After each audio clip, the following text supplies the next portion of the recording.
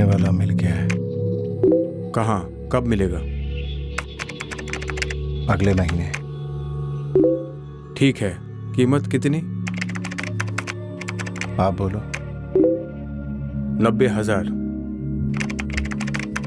अगर माल पॉजिटिव हुआ तो ज्यादा लगेगा। मेरे पास तो बस इतना ही है देने को। ओके, 1 महीने बाद आपसे बात करता हूँ। ठीक है। एक सोशल नेटवर्किंग साइट पर एक डील तय हुई।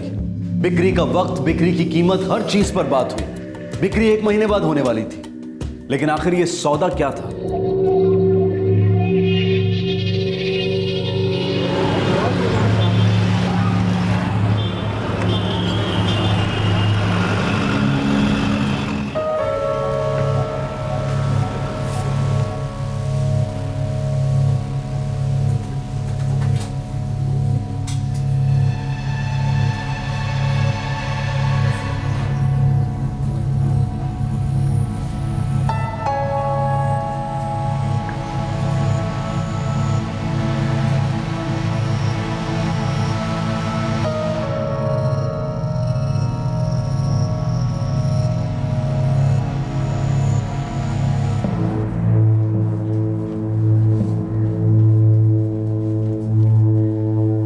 मुझे बच्चे को ले जाना पड़ेगा, इसकी सांसें नहीं चल रही हैं।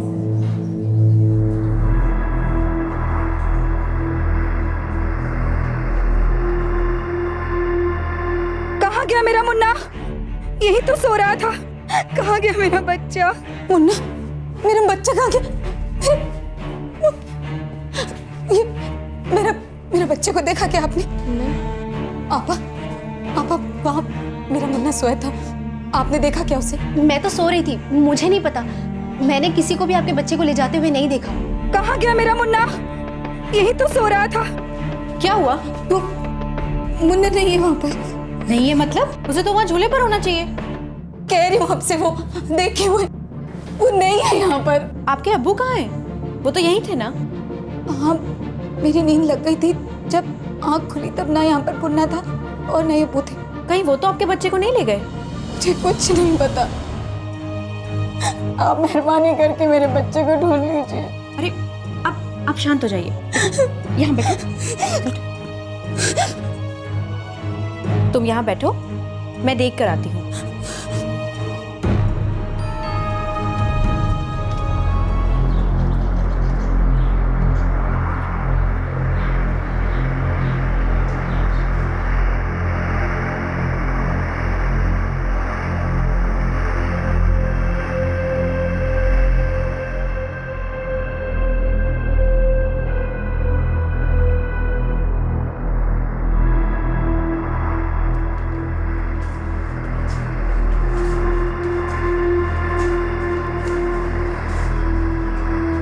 अरे कहाँ चले गए थे आप? आपकी बेटी कब से परेशान हो रही है। अब्बू अब्बू अब्बू, मुन्ना कहाँ है?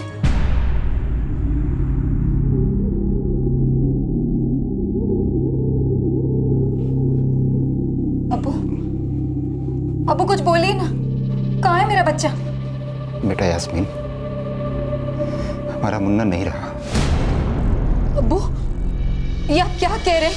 ये कैसे हो सकता है? जब तुम सो रही थी तो अचानक उसकी सांसें बंद हो गई। उठ ना, उठ। इसको मैंने नर्स को बहुत ढूंढा, नर्स नहीं मिली तो फिर मैंने मधुमिता को बुलाया।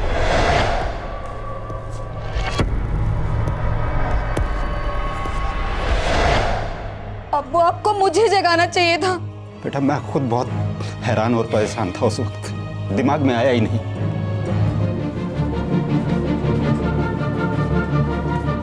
क्या हुआ? कहाँ है बच्चा? आप बताओ। हमारा मुन्ना अब इस दुनिया में नहीं रहा। क्या? आपसे किसने कहा कि आपका मुन्ना इस दुनिया में नहीं रहा? कहाँ है वो? मधुमिता उसे ऑक्सीजन देने के लिए ले गई थी, फिर उसने कहा कि हमारा बच्चा नहीं रहा। ले कहाँ गई वो? यहाँ लैब इंचार्ज मैं हूँ। अगर मधुमिता बच्चे को ऑक्सीजन के लिए ले गई थी तो उसे मेरे पास आना चाहिए था। मेरे पास तो आई नहीं वो। हमसे यही बोल के गई थी कि वो बच्चे को ऑक्सीजन देने जा रही है। फिर देर हो गई तो मैं देखने गया, वो मुझे गलियारे में मिली। फिर उसने बताया कि हमारा बच्चा नहीं रहा, मर गया है। देखते ही ये मधुमिता कौन है, मुझे कुछ गड़बड़ लगती है।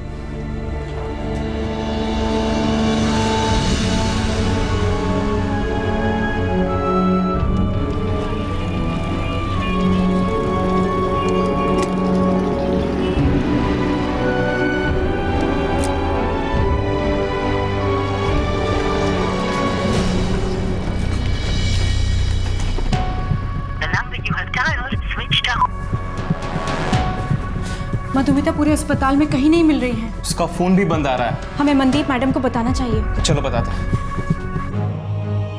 ऐसे कैसे कोई बोल देगा कि हमारा बच्चा नहीं रहा? डॉक्टर ने बोला क्या? रेहाना, बच्चे की सांसें खत्म हो चुकी थी, मैंने खुद अपनी आंखों से देखा है। तुम यहाँ यास्मीन को दिलासा देने की बजाय उल्टा जांच पड़ताल में लगी हो।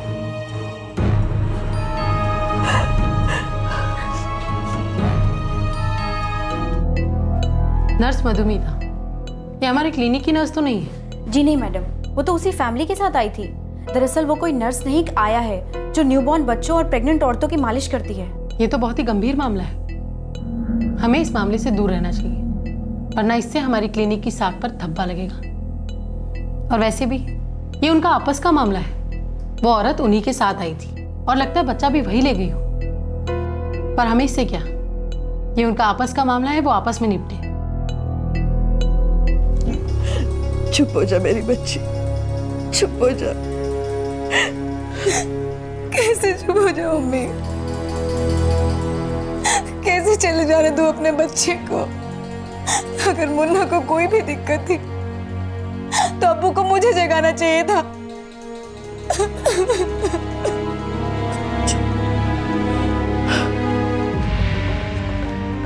मेरा नगमा ये पकड़ो और तुम मंडी से जाकर कुछ सब्जियां ले आओ।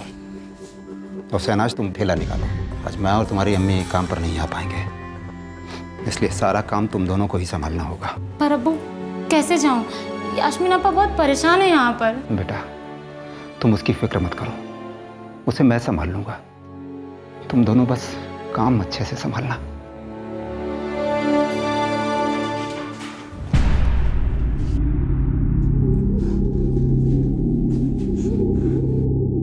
अगर बच्चा गुजर गया है तो हमें दिखाओ तो सही। हम ऐसे कैसे मान ले? मधुमिता ने कह दिया कि बच्चा गुजर गया है और लेकर चली गई, और अब फोन भी नहीं उठा रही। लेकिन अब मरे बच्चे का करेंगे क्या? अब्बू, वो मेरा बच्चा था, 9 महीने रखा है मैंने उसे पेट में। ऐसे कैसे जाने दूं उसे? मैं जानता हूं बेटा, लेकिन तू ही बता, तकदीर को कैसे बदल सकते हैं? अब मधुमिता बच्चे को लेकर दूसरी क्लिनिक गई थी कि शायद कुछ हो जाए, हमारा बच्चा बच जाए, लेकिन हमारा मुन्ना नहीं बचा।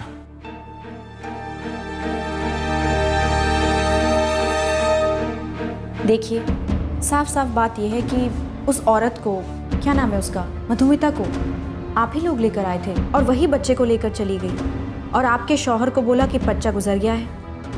पहली बात तो यह है कि आपके पति को किसी को ऐसा बच्चा ले जाने नहीं देना चाहिए था, और अगर बच्चे की तबीयत खराब हो रही थी तो कम से कम हमें से किसी एक को खबर करती होती। जी, तो हम लोग डॉक्टर को बुलाते। आप ही बताइए, अब हम क्या करें? इस मामले में हमारा घुसना ठीक नहीं है, क्योंकि ये उसी औरत ने किया है जिसे आप लोग लेकर आए थे। तो अगर आपको लगता है कि आपको पुलिस के पास जाना चाहिए तो जाइए, या फिर जो आपको ठीक लगे वो करिए।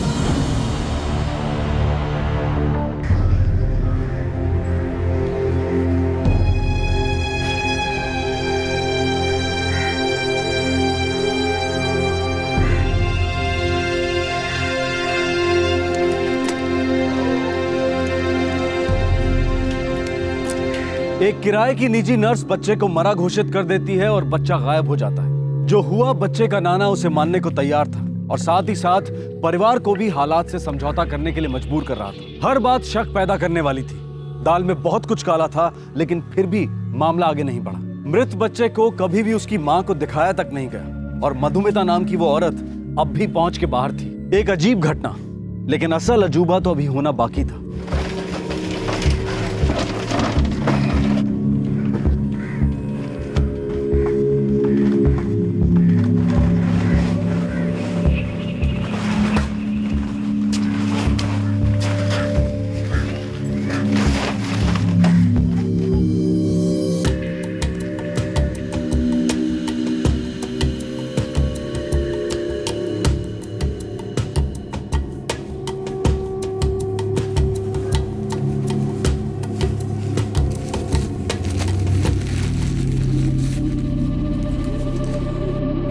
बेटा यास्मीन, ये रख लो,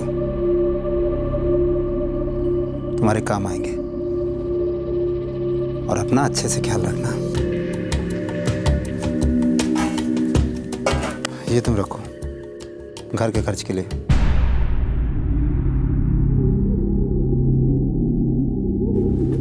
इतने पैसे? इतने पैसे कहाँ से आए? किसी दोस्त को थोड़ा थोड़ा करके उधार दिए थे, उसने एक साथ चुका दिए। मैं किसी काम से बाहर जा रहा हूँ, आने में 2-3 दिन लग जाएंगे। तो यास्मीन का अच्छे से ख्याल रखना।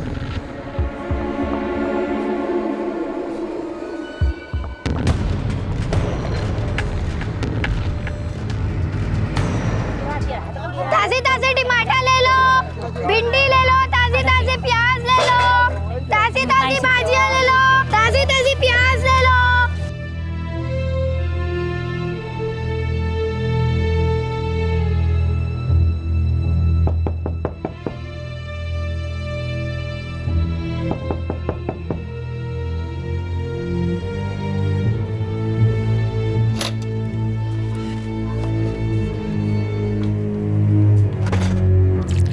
अम्मी,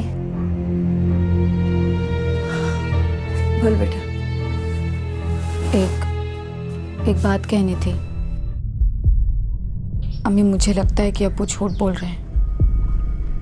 मेरा बच्चा ऐसे अचानक नहीं मर सकता अम्मी। अम्मी, मेरे बच्चे के साथ क्या हुआ क्या नहीं हुआ, ये सोच सोच कर पागल हो जाऊंगी अम्मी। मैं नहीं जी सकती ऐसे। तो तू क्या करना चाहती है? मुझे सच जानना है अम्मी। तू जानती है तेरे अब्बू कभी सच नहीं बोलेंगे। काश तेरा शौहर तेरे साथ होता। अम्मी, तुम जानती हो अच्छी तरह कि वो कभी नहीं आएगा मेरे पास। अब हम क्या कर सकते हैं बता। हम पुलिस के पास जा सकते हैं अम्मी। अम्मी, मेरा बच्चा ऐसे नहीं जा सकता मुझे छोड़कर। वो बिल्कुल सही सलामत था जब मैं सोई थी।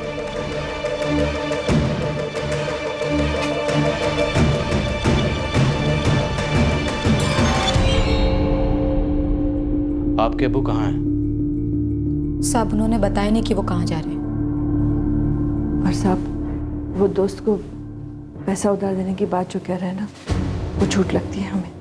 हम तो इतने गरीब हैं कि हमारे पास पेट भर खाना खाने तक के लिए पैसे कम पड़ते हैं। तो किसी को पैसा उधार देने की बात तो बहुत दूर की है। तो आपको लगता है कि बच्चा गायब होने के पीछे आपके अब्बू का हाथ है? सिर्फ एक वही है जो जानते हैं कि आखिर हुआ क्या है। ये मधुमिता कौन है? आप लोग सब्जी का ठेला लगाते हैं तो ये प्राइवेट नर्स कहाँ से रख पाए? जी, हमने नहीं उसे यहाँ बुलाया था। जब यास्मीन अपने शौहर का घर छोड़ के हमारे यहाँ आई थी, तब इसके अब्बू ने उसे यहाँ बुलाया था। वो कभी कभी इसकी मालिश भी कर लिया करती थी। और हाँ साहब, वो मेरी डिलीवरी के टाइम पे भी वहाँ थी। पल्ला, अस्पताल में जाकर जरा इस मधुमिता के बारे में पता करो। पक्का अब इस गड़बड़ में शामिल है, पता लगा। सर, आपके शौहर का कोई फ़ोन नंबर है? जी सर, 444 78 76 78। इस कंप्लेंट के बारे में आप अपने शौहर को मत बताइएगा, वरना वापस नहीं आएंगे।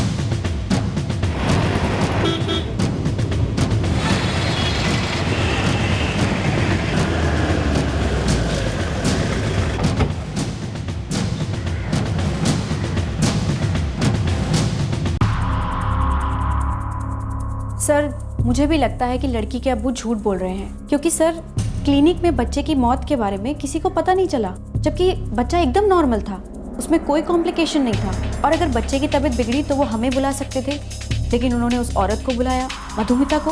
आप बता सकते हैं कि मधुमिता कहाँ मिलेगी हमें?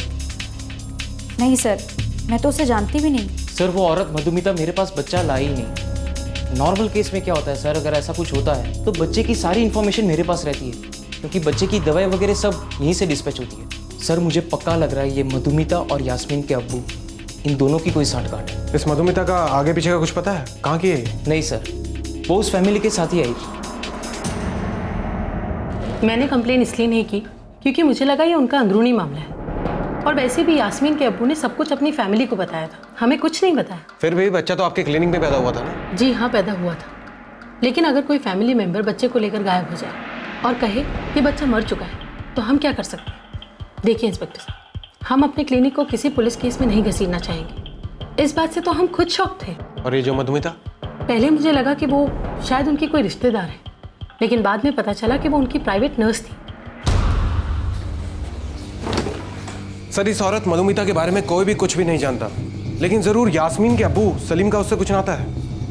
अल्लाह सोचने वाली गल ये है कि यास्मीन के अब्बू के पास इतने पैसे कहाँ से आ गए। ज़रूर उसी ने बच्चे के साथ कुछ किया और फिर खुद कहीं चला गया। उसका सेलफोन भी बंद आ रहा है और उसकी लास्ट लोकेशन भी ट्रैक नहीं हो पा रही। हमें हर हालत में इस मधुमिता तक पहुंचना होगा। इस औरत को यास्मीन का फादर सलीम ही तो लेके आया था।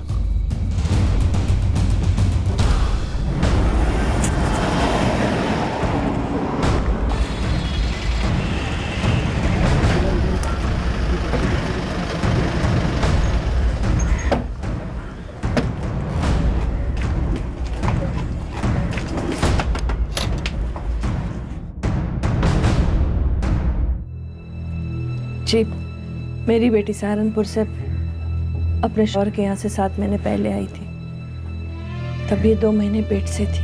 आपका घरवाला सलीम इस मधुमिता को लेकर कब आया था यहाँ पे? साहब, अब्बू मधुमिता को कुछ 4 महीने पहले लेकर आए थे यहाँ पर। मुझे लगा कि वो मेरी फिक्र करते हैं, ख्याल रखते हैं मेरा। मैं भी हैरत में थी साहब, क्योंकि इसके अब्बू इसकी शादी से खुश नहीं थे।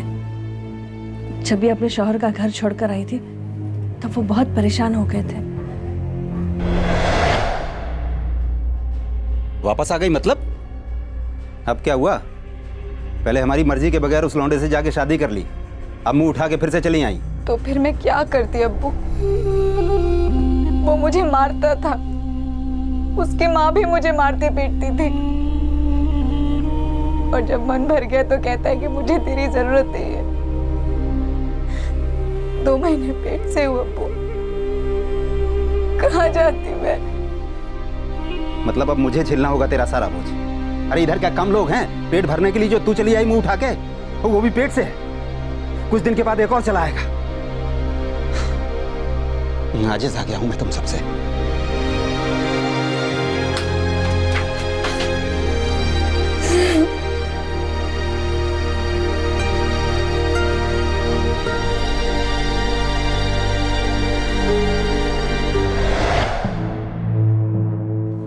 आप दोनों में से किसी को नहीं पता कि मधुमिता कहाँ से आई थी? नहीं साहब।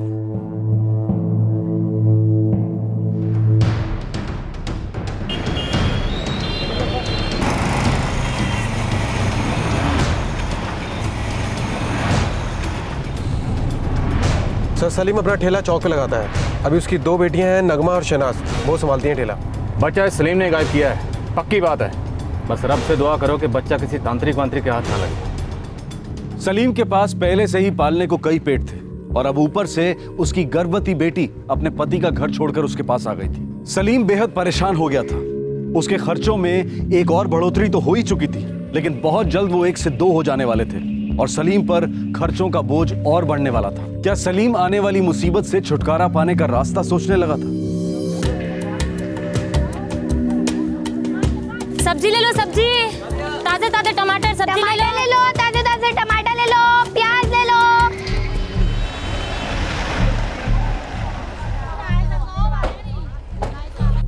सर वो है सलीम का ठेला, और वो 2 उसकी दूसरी बेटियां।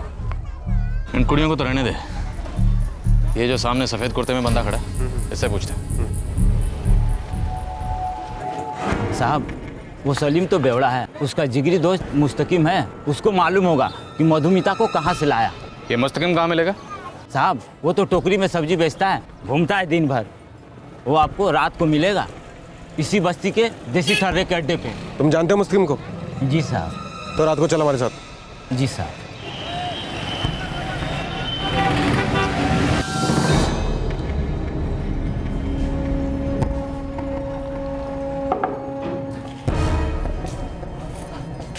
वो रहा साहब। मुस्तकिन। हाँ, आप कौन? मधुमिता कौन है?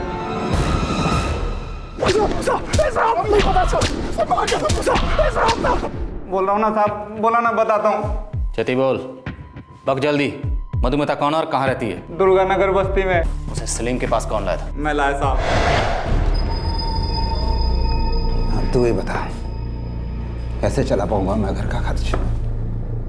अभी शहनाज की, नगमा की शादी करनी है, ऊपर से यास्मीन आदम की है, वो भी पेट से है। इस हालत में तुझसे काम करने की भी नहीं बोल सकता। अभी तो मैं झेल लूंगा, कल को बच्चा आएगा तब क्या? आज की दुनिया में बच्चे पालना कोई हंसी खेल है क्या? या अल्लाह, ऊपर वाला कोई ऐसा आदमी मेरे पास भेज दे यार, जो मेरी सारी तकलीफें अपने सर ले ले। बच्चा आ जाएगा तो तुझे भी मुसीबत, यास्मीन को मुसीबत। साला खुद का पेट तो ठीक से भरता नहीं, एक बच्चे का और भरो। मेरी मान, बच्चा दे दे किसी को। यार कैसे दे दूँ, किसको दे दूँ बच्चा यार? एक औरत है जिसे मैं जानता हूँ, प्राइवेट नर्स है, ऐसी हालत में बड़े काम की चीज़ है। लेकिन बच्चे का वो करती क्या है? और मुझे नहीं मालूम, लेकिन ऐसे नामुराद बच्चों के बदले पैसे भी देती है। मुझे भी पैसे मिलेंगे? ऐसा मुझे बोला तो था एक बार।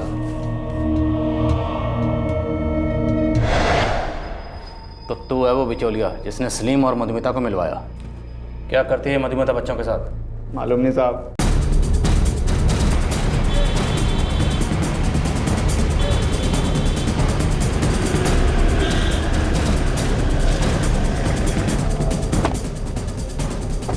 कहाँ रहती है मधुमिता? इस गली में। चल।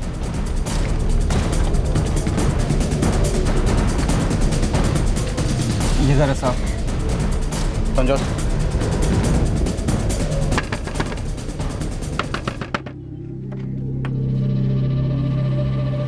मधुमिता? जी चल साहब, साहब मैंने क्या किया साहब? साहब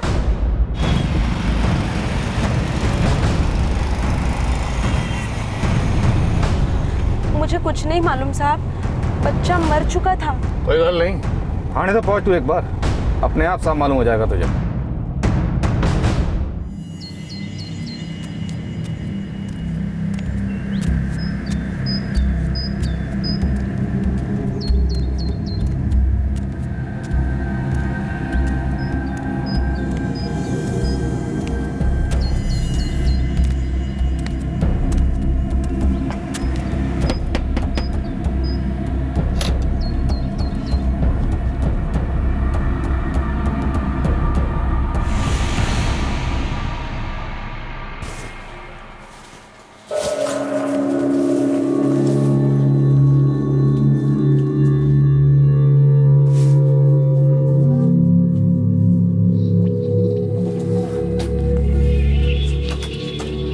बेटा यास्मीन, अब तो ठीक है ना?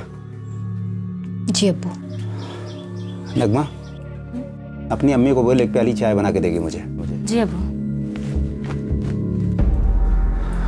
बेटा यास्मीन, तेरे बच्चे का मुझे बहुत दुख है, लेकिन क्या करूं, सब ऊपर वाले की मर्जी है, और जिंदगी में हालात के साथ समझौता तो करना ही पड़ता है बेटा।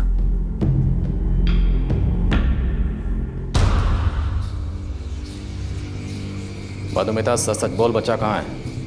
बोल। इस कांस्टेबल को तुम्हारे ऊपर छोड़ दिया ना, तुम्हारी हड्डी पसली एक कर देगी। बोल, बच्चा कहाँ है? नहीं बोलेगी? संजोत, हड्डी पसली तोड़ दे इसकी। कुछ बोलना भी चाहे ना तो रुकना मत, सवेर तक पढ़ दे इसको, कुछ नहीं सुनना मुझे। साहब, साहब मैं सब कुछ सच सच बोलती हूँ साहब। साहब मैं बोलती हूँ ना।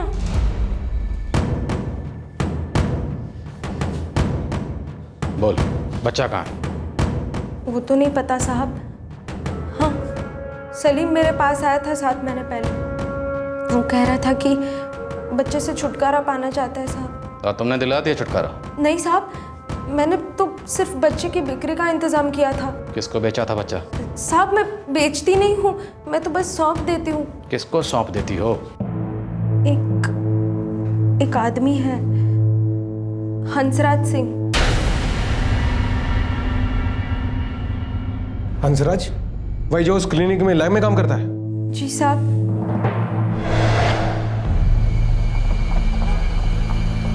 तीन महीने की पेट से है वो। बच्चे की माँ को पता है कि उसका बाप बच्चा बेचना चाह रहा है? मुझे नहीं लगता।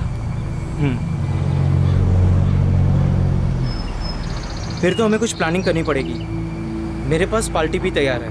हमें ऐसा कुछ करना होगा कि बच्चे की माँ कोई हंगामा ना करे। वो लोग बहुत गरीब हैं, मुझे नहीं लगता कुछ हंगामा करेंगे। एक काम कर, उसे हमारे क्लिनिक ले आ, वहाँ हम आराम से मैनेज कर पाएंगे।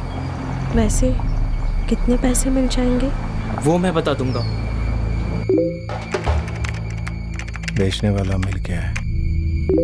ठीक है, कीमत कितनी? आप बोलो। 90,000। अगर माल पॉजिटिव हुआ तो ज्यादा लगेगा। मेरे पास तो बस इतना ही है देने को। अरे साहब,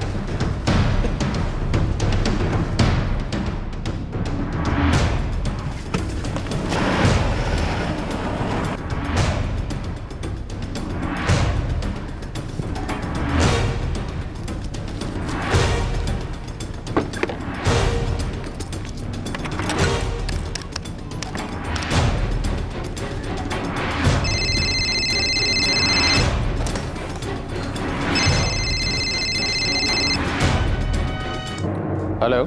जी साहब, मैं यास्मीन बोल रही हूँ। हाँ यास्मीन, हमें मधुमिता मिल गई है, लेकिन आपके बच्चे के बारे में भी ठीक से पता नहीं चला। लेकिन इतना ज़रूर पता चला है कि आपके अब्बू और मधुमिता के अलावा इसमें क्लिनिक में काम करने वाला एक बंदा भी शामिल है। मैंने आपको ये बताने के लिए फ़ोन किया है कि मेरे अब्बू घर पे आ गए हैं। मैं आपको घर से बाहर निकल के फ़ोन कर रही हूँ। ठीक है माते हैं, तुम घर जाओ, लेकिन तुम्हारे अब्बू को हमारे आने की ज़रा भी भनक नहीं लगनी चाहिए। जी साहब।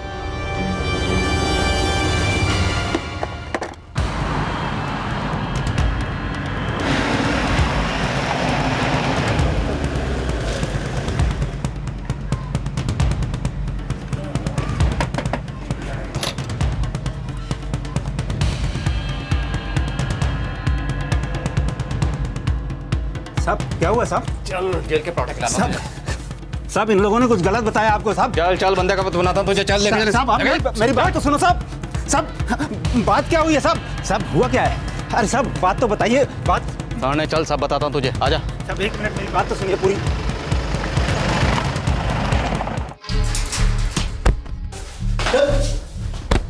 बोल बच्चा कहाँ है? बोल।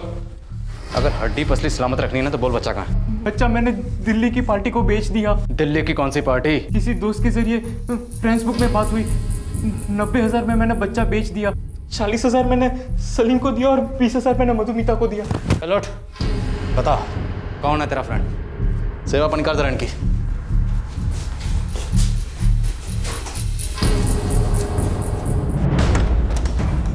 चल लॉग इन कर, अपने इस फ्रेंड की डिटेल बता, वरना तुझे लॉग आउट कर दूंगा। चल।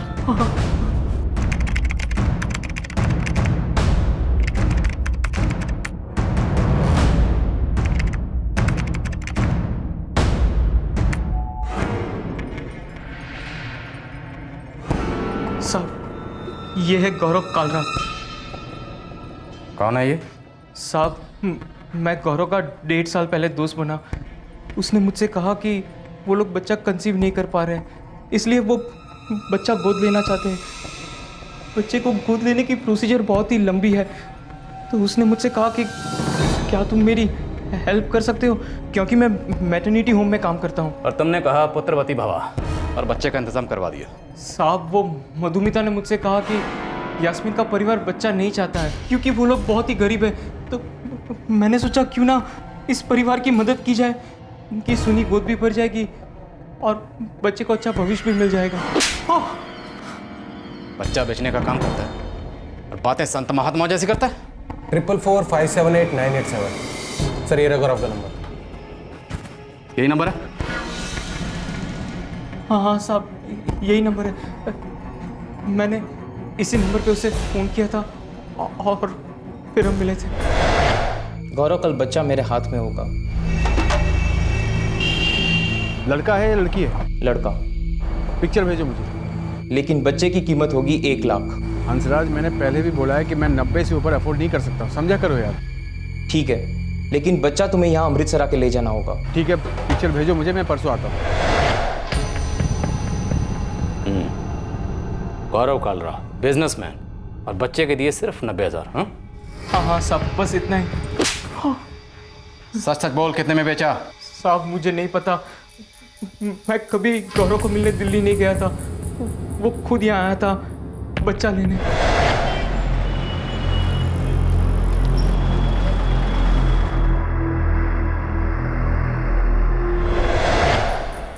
इस गौरव का एड्रेस पता करो, फोन मत करना उसे। फोन रिकॉर्ड से एड्रेस पता करो, हमें उसे अलर्ट नहीं करना है। सर, क्या पुलिस को गौरव के पास बच्चा मिला? एक सोशल नेटवर्किंग साइट पर हुई बिक्री, एक बच्चे की 90,000 रुपए में बिक्री हुई। क्या बच्चा गौरव को मिला और वही इस जंजीर की आखिरी कड़ी थी, या फिर आगे भी कोई और कड़ी थी?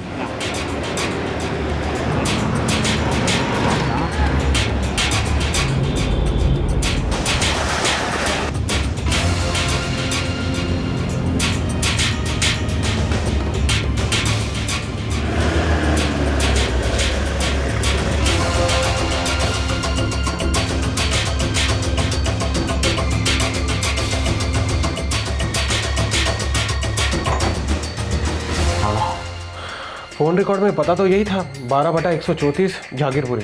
नाम गौरव का था।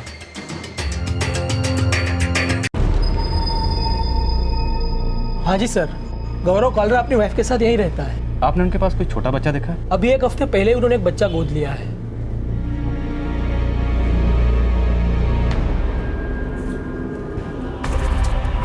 कहाँ गए होंगे ये? मुझे लगता है किसी डॉक्टर के पास गए होंगे। कल रात गौरव बता रहा था कि बच्चे की तबीयत बहुत खराब है। हमें गौरव से बड़ा जरूरी काम था, आप बता सकते हैं कौन से डॉक्टर के पास गए होंगे ये? वो जरूर चाइल्ड स्पेशलिस्ट अविनाश शर्मा के क्लिनिक पे गए होंगे। कहाँ है उनका क्लिनिक? यही नुक्कड़ पे ही है।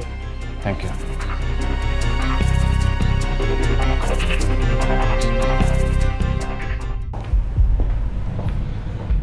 गौरव नहीं था जी?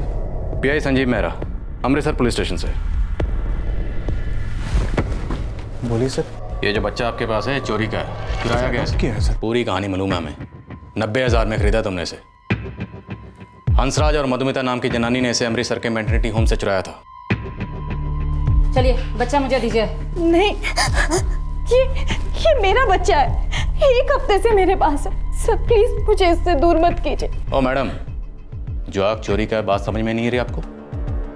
बच्चे की माँ को बताया गया कि बच्चा गुजर गया। इस बच्चे का नाना भी शामिल है इसकी बिक्री में। इसकी माँ को तो ये भी नहीं पता कि उसका बच्चा मरा नहीं बल्कि बेच दिया गया। दीजिए बच्चा। इसकी तबीयत ठीक नहीं है, बुखार में तप रहा है, पता है ना आपको। टेक्निकल पक्की है, बच्चा हर हाल में अपनी असली माँ के पास ही जाएगा। हमें बिल्कुल नहीं पता था कि बच्चा चोरी कैसे। आपको पता होना चाहिए, बच्चा जब अडॉप्ट किया जाता है उसमें पैसे का लेन देन नहीं होता। जहाँ पैसे का लेन देन होता है उसे चाइल्ड ट्रैफिकिंग कहते हैं। पता है ना आपको? सर आप मेरा यकीन कीजिए सर, मुझे नहीं मालूम था कि बच्चे की माँ को धोखा दिया गया। चलिए हमारे साथ चलिए। मैं किसी का नुकसान नहीं करना चाहता था सर। एक्चुअली हमें बहुत सालों से बच्चा नहीं हो रहा था सर। हमें सिर्फ एक बच्चे की जरूरत थी, हमने अडॉप्ट किया। हमें अपनी कार्रवाई पूरी करनी पड़ेगी, आपको हिरासत में लेना पड़ेगा। जो भी बयान देना है थाने चल के दीजिए। चलिए सर, मुझे सिर्फ 1 दिन का वक्त दो, मुझे काम पे रिपोर्ट करना है, फिर मैं खुद चल कर आऊँगा थाने। Please sir. कल दोपहर तक अमृतसर थाने में रिपोर्ट कर देना, वरना अरेस्ट वारंट इशू करवा दूंगा। पक्का सर, प्रॉमिस।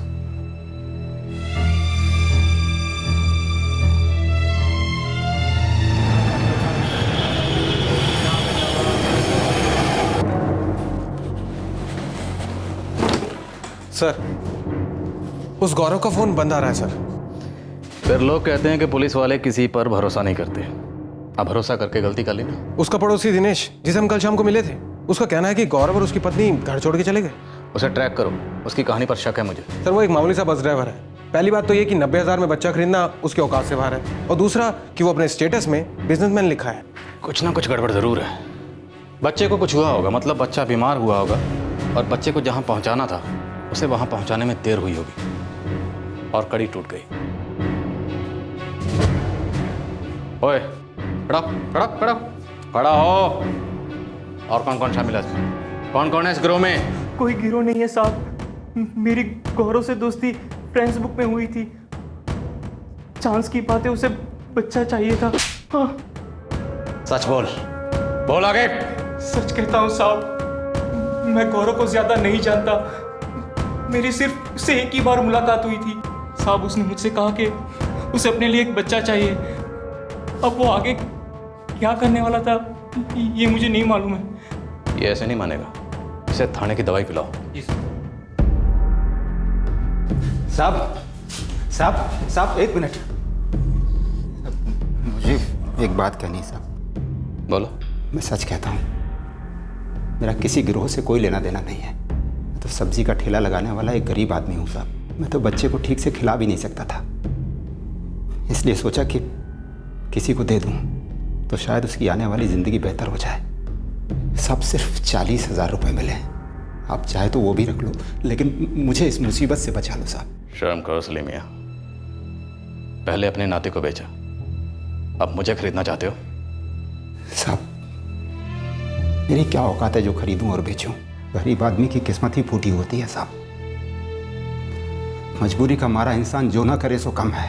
आपने मुन्ने को उस आदमी की पकड़ से तो वापस निकाल लिया, लेकिन क्या गरीबी की पकड़ से निकाल पाओगे जिसमें वो पैदा हुआ? सलीम मियां, अगर बच्चे की परवरिश नहीं कर सकते इसका मतलब ये नहीं कि बच्चा बेच दो। इस गौरव की तलाश जारी रखो, छोड़ना मत उसे। मामला उतना सीधा नहीं है जितना दिख रहा है। इस पूरे मामले के पीछे किसी बड़े रैकेट का हाथ हो सकता है। सर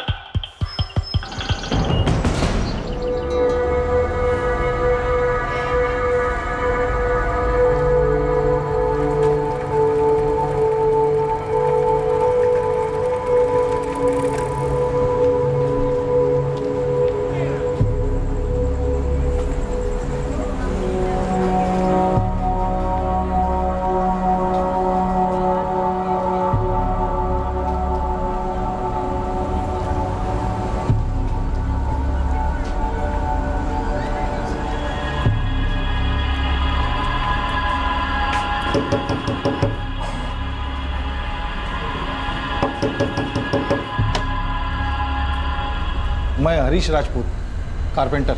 हाँ हाँ, आइए आइए।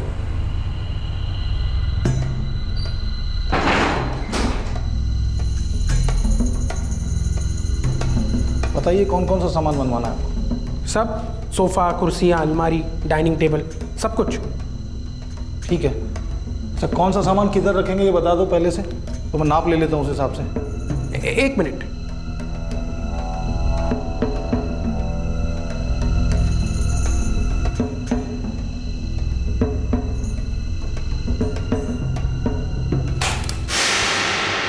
लगता बल्ब फ्यूज हो गया।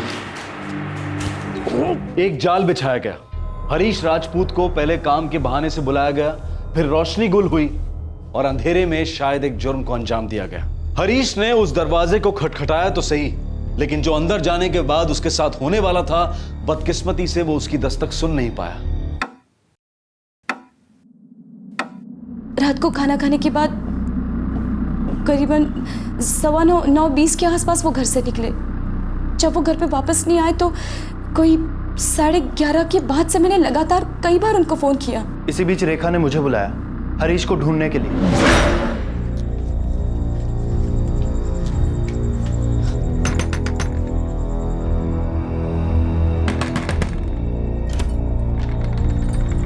दीदी तुम, क्या हुआ?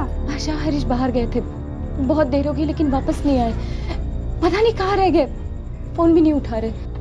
उसने जाते हुए बताया कि कहाँ जा रहा है? बोला था चाल में काम के लिए किसी के घर जा रहा हूँ, आधे घंटे में लौट आऊंगा। चलो फिर देखते हैं।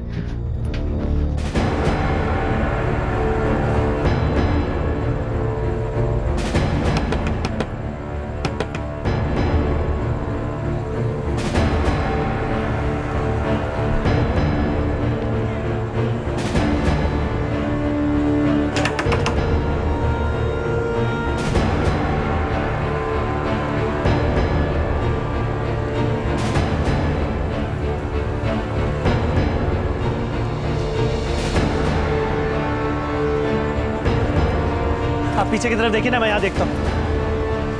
अरे रंजीत, हरीश भाई का पता चला क्या? अरे अखिलेश, मैंने सारे घर देख लिए लेकिन हरीश का कुछ पता नहीं चला। बाजू वाली चौल पे चल के देखते हैं, हो सकता है रेखा ने गलत सुना। हाँ आओ फिर।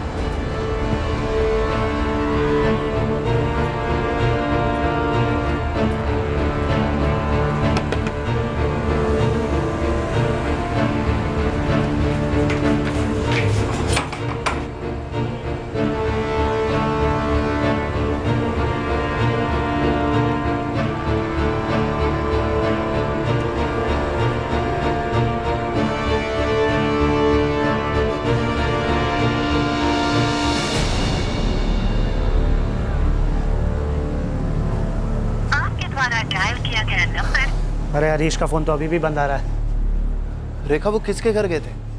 पता नहीं, वो उसे फोन पे बार बार कह रहे थे कि वो कल आएंगे। हाँ,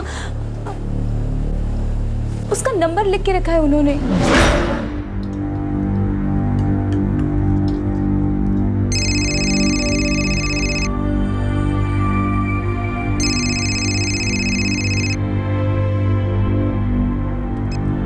हेलो हरीश जी, आप आए नहीं फिर? हाँ, कौन बोल रहा है? शाम को फोन पे बात हुई थी ना आपसे काम के लिए, यहीं आपके चौल में रहता हूँ। अच्छा ठीक है, मैं कल आता हूँ आपके पास। आप नंबर दीजिए ना अपना, 1 मिनट।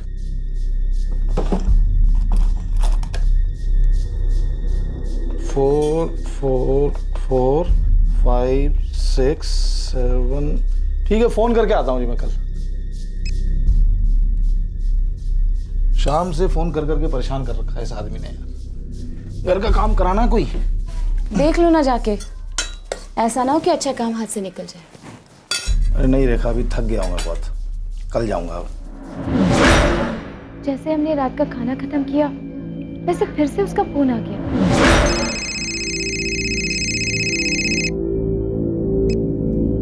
हेलो, हाँ हाँ, अरे ठीक है बाबा, आ रहा हूँ मैं ऐसा। अरे फोन तो रखिए आप, मैं पहुंच रहा हूँ। हाँ 10 मिनट में पहुंच रहा हूँ बस।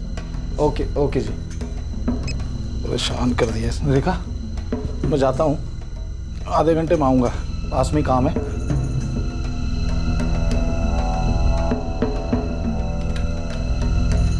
पापा हाँ बेटा। मैं भी चलो साथ पे? नहीं बेटा, रात हो रही है, तुम सो जाओ, सुबह स्कूल जाना है ना। चलो आता हूँ आधे घंटे में।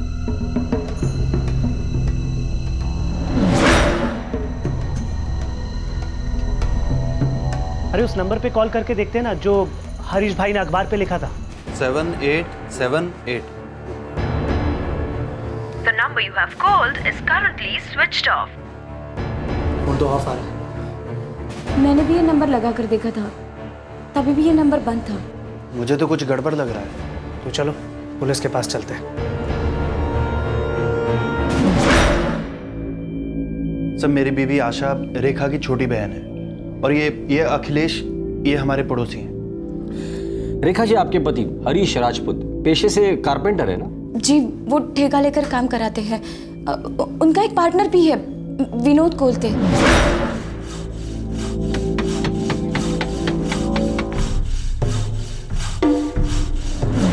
जी, चारकोप में उनका वर्कशॉप है।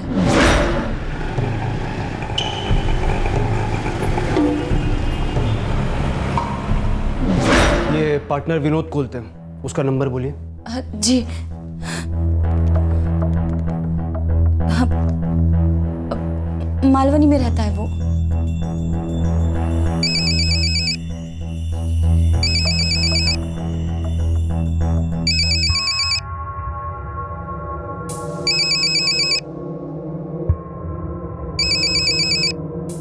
हेलो, पीएसआई मुड़े बोलते हैं, जोगेश्वरी पुलिस स्टेशन। हरीश राजपूत कहाँ होगा अभी? घर पे होगा सर। क्यों, क्या हुआ सर? घर से तो गायब है, किसी कस्टमर को मिलने गया था। आपको पता है किससे मिलने गया था? नहीं सर, दुकान से तो शाम को ही निकल गया था घर के लिए, लेकिन उसने कुछ बोला नहीं किसी कस्टमर को मिलने जा रहा है करके। चल करके रखना इसको। ठीक है, आराम से ये सब देख ले। चलता हूँ मैं। हाँ, अपना साइड टेबल का देख लेता हूँ, और सोफे का काम तो फॉर्म आने के बाद ही शुरू होगा। तू निकल, मुझे रुकना पड़ेगा। हाँ, ये शोकेस का काम करवाता हूँ, पहले ही लेट हो चुका है। हाँ, अच्छा तो जल्दी जल्दी कर, नहीं तो ग्राहक सर पे बैठेगा। चल जल्दी कर। साहब यही लास्ट बात हुई थी मेरी, किसी को मिलने जाना है ऐसा तो कुछ बोला नहीं था उसने। ठीक है, देखिए आपके पति किसी काम में फंस गए होंगे, हम कल सुबह तक उनका इंतजार करते हैं। ऐसा कभी नहीं हुआ, रात को तो वो कभी काम ही नहीं करते हैं। फिर भी हमें सुबह तक तो इंतजार करना ही होगा। हम उनकी तलाश तब शुरू कर पाएंगे जब हमें उनका और वो दूसरे नंबर का कॉल रिकॉर्ड मिलेगा, और उसमें वक्त लगेगा। क्या पता तब तक शायद वो खुद ही घर चले आए।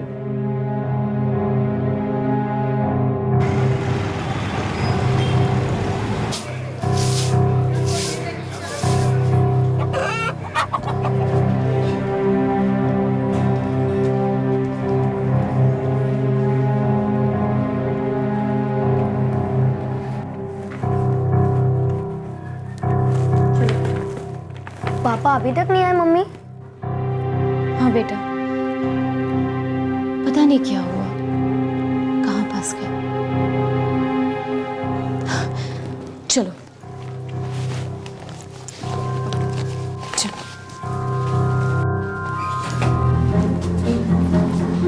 दीदी, जीजा जी की कोई खबर? नहीं, अब तक कुछ भी नहीं।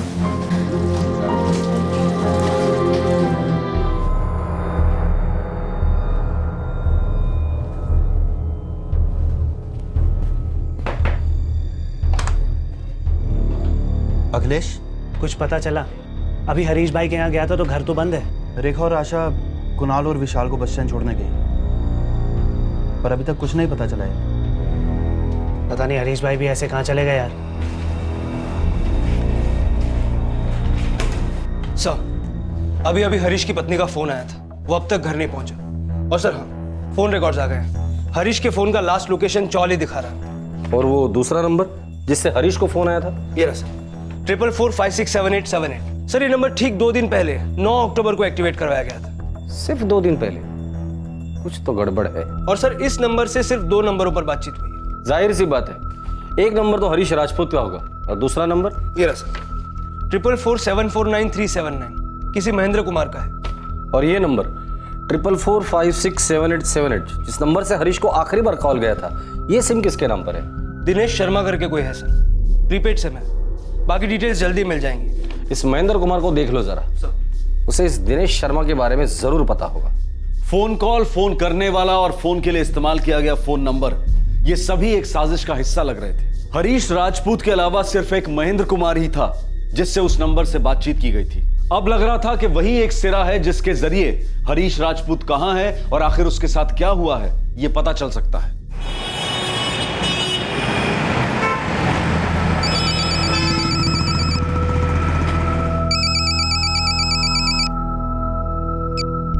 हेलो, महेंद्र कुमार जी बोल रहा हूँ। आप कौन? PSI मुड़े, जोगेश्वरी थाना। जी क्या बात है सर? मैं आपके यहाँ हूँ या आप थाने आ रहे हैं? लेकिन बात क्या है सर? ये हरीश राजपूत कहाँ है? ये हरीश राजपूत कौन है? मुझे नहीं पता सर।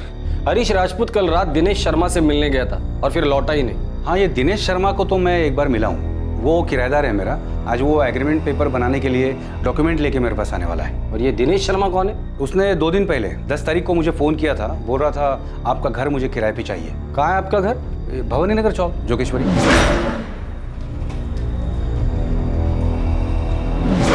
भवानी नगर चौक? ये तो वही चौक है जहाँ हरीश राजपूत का घर है। लेकिन ये हरीश राजपूत कौन है? चलो मेरे साथ। चलिए।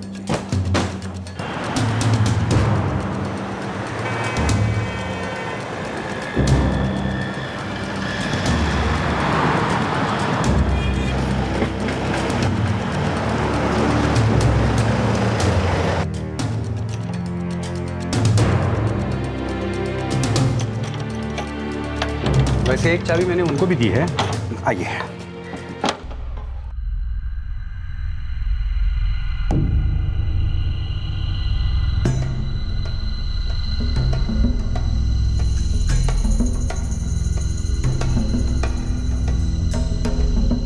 तब मुझे पता चला कि वो बेच रहा है, तो मैंने खरीदा था। कुछ भी नहीं मिला सर, पूरा घर खाली है। ये दिनेश शर्मा तुम तक पहुंचा कैसे? ये घर मैंने किराए पे देने के लिए एक इन्वेस्टमेंट के हिसाब से खरीद रखा था। तो कुछ लोगों को किराए के लिए बोल रखा था। किसको बोल के रखा था? ये ब्रोकर लोगों को। और अभी 10 अक्टूबर को ये दिनेश शर्मा ने मुझे कॉल किया था।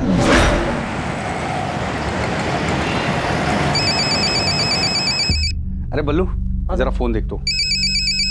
ये देखिए, और एक मैं आपको दिखाता हूँ। हाँ, ये है। एक मिनट साहब, भवानी नगर चौल वाले घर के किराए के लिए किसी का फोन है। तू जरा कस्टमर देख। हाँ, 1 मिनट में। हाँ, ये दिखा देगा।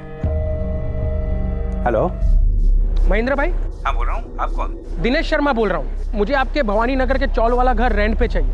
आपको किसने बताया था? ऐसे तो कोई नहीं, मुझे तो बस एक ब्रोकर के उधर से पता चला। ठीक है, 40,000 रुपये डिपॉजिट है और 7,500 रुपये किराया। चलेगा, आज से ही मुझे चाहिए। नहीं, ऐसे तो मुश्किल है। क्या है ना, पहले पेपर वर्क करना पड़ेगा। महेंद्र भाई, मैं मुश्किल में हूँ जरा। पहले वाला घर मुझे आज ही खाली करना है। डिपॉजिट और 1 महीने का भाड़ा एडवांस में मिल जाएगा। मैं उसके बाद ही शिफ्ट करूंगा। डॉक्यूमेंट्स 1 दिन में दे दूंगा। पेपर वर्क पूरा हो जाएगा महेंद्र भाई, पक्का। ठीक है, ऐसा कीजिए, पैसा लेके आप मेरे गोरेगांव वेस्ट वाली दुकान पे आ जाइए, स्टेशन के पास ही एकदम। ठीक है? हाँ, मैं घंटे 2 घंटे में पहुंचता हूँ।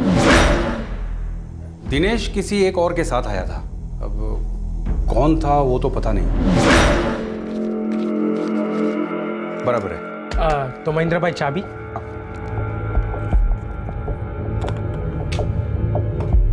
डुप्लीकेट चाबी है मेरे पास, लेकिन वो मैं तुमको तभी दूंगा जब पेपर वर्क पूरा हो जाएगा। कोई बात नहीं महेंद्र भाई, मैं डॉक्यूमेंट परसों तक ले आऊंगा, यहीं आकर दे जाऊंगा। ठीक है, चलिए फिर मिलते हैं परसों। मिलते हैं। आज आने वाला है वो। यही घर रेंट पर लेने के पीछे कोई खास वजह होगी। ये घर हरीश राजपूत के घर के करीब है। साहब, अब तो हम लोगों को डर लगने लगा है। अभी तक फिरौती के लिए कोई फोन नहीं आया ना? साहब, हरीश एक साधारण सा कारपेंटर है, उसका अपहरण कोई क्यों करेगा? किसी के साथ दुश्मनी, कोई झगड़ा या कुछ भी? क्योंकि ये काम तो एकदम प्लान लगता है। नहीं साहब, छोटा सा परिवार है हमारा। जितना था उसी में सब्र था हमें।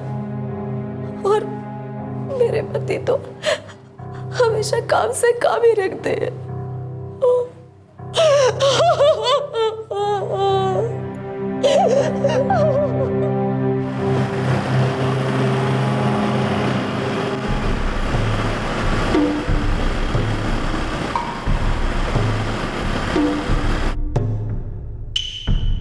सभी थाने में भिजवा दो, हर एक फाइल चेक करो।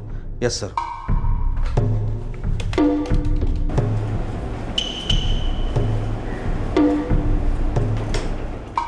हरीश राजपूत कहाँ है? साहब, सच में पता नहीं है मुझे। और ये दिनेश शर्मा कौन है ये भी नहीं जानता मैं। उसका नाम पहले कभी नहीं सुना है साहब। तुम्हारी हरीश से क्या दुश्मनी थी?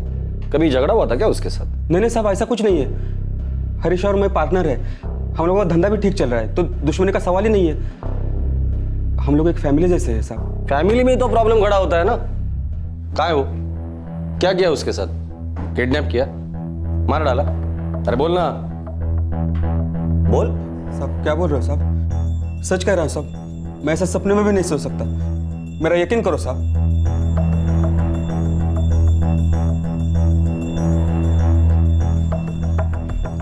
इसका नंबर सर्वेलेंस पे डाल दो सर। और वो दिनेश शर्मा, उसके नंबर के डिटेल्स आ गए? सर, प्रीपेड सिम था, 1-2 दिन में डिटेल्स आ जाएंगे। पूरा 1 दिन निकल गया लेकिन अभी तक फिरौती के लिए कोई फोन नहीं आया। इस आदमी ने हरीश के घर के पास ही घर किराए पे ले लिया, फिर काम के बहाने जोर देकर उसे घर पर बुला लिया। मुझे तो डर लग रहा है कि कहीं कोई अनहोनी ना हुई हो। सर, महेंद्र को बुलवा के दिनेश का स्केच बनवाऊं? बुला लो। सर।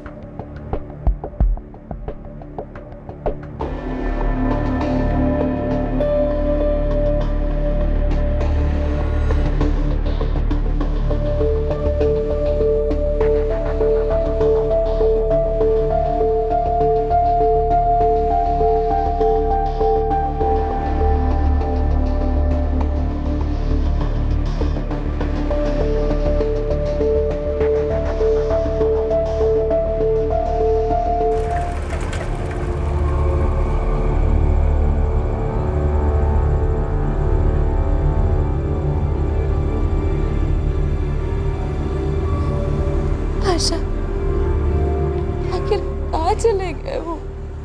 भगवान करे जीजा जी ठीक हो और जल्दी वापस आ जाए। ऐसे कहाँ चले गए वो?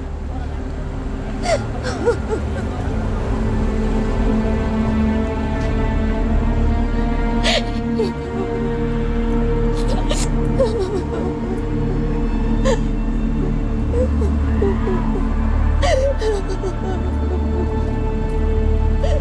रात को गुजरे अब 2 दिन हो चुके थे। हरीश राजपूत जो एक कारपेंटर था, उसे उस रात काम के लिए एक फोन आया था और तब वो घर से बाहर निकला, लेकिन अब तक उसकी कोई खोज खबर नहीं थी। आखिर वो था कहां? क्या उसके यूं गायब हो जाने के पीछे कोई साजिश थी? अगले दिन सूरज के निकलते ही इस सब से पर्दा उठा।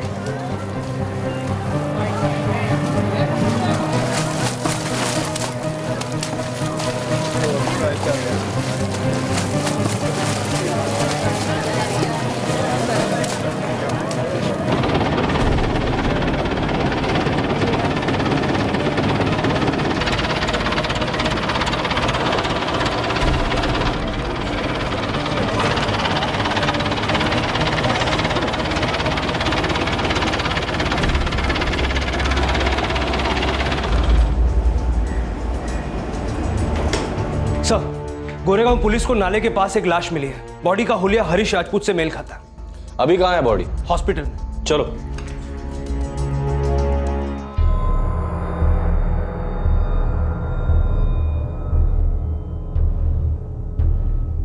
बॉडी काफी सड़ चुकी है, लेकिन ये साफ साफ गला घोटने का मामला दिख रहा है। मौत का समय क्या होगा? लगभग 72 घंटे पहले हुआ होगा। घर वाला ने इन्फॉर्म कर।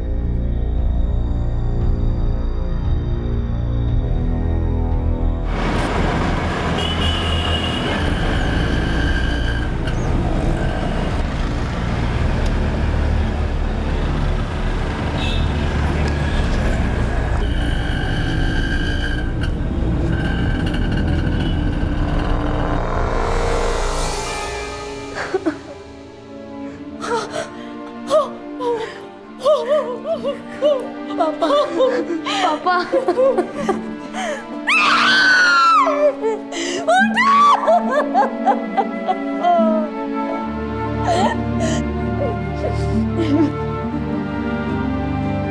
हम लोग मिसिंग कंप्लेंट को मर्डर केस में बदल रहे हैं। सर, हो ना हो इसमें हरीश के उस पार्टनर विनोद का कुछ हाथ है। क्यों? ऐसा क्यों लगता है आपको? सर, क्योंकि जो भी क्लाइंट्स हरीश लेकर आते थे, ये विनोद उन्हें छीनने में लगा रहता था। रेखा जी, आपको क्या लगता है, क्या ऐसा हो सकता है? मुझे पता नहीं, पता नहीं कोई क्यों उन्हें मारना चाहेगा। उन्होंने कभी किसी का बुरा नहीं किया।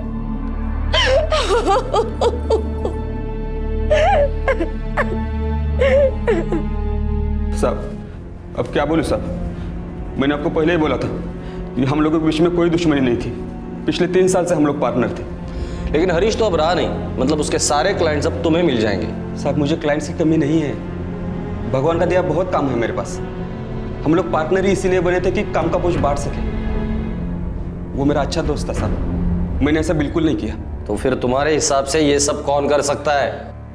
पता नहीं साहब। हरीश का किसी क्लाइंट के साथ झगड़ा हुआ था या किसी से दुश्मनी थी उसकी? नहीं, ये तो कुछ पता नहीं साहब। ठीक है, मुझे हरीश के सारे क्लाइंट्स की लिस्ट चाहिए।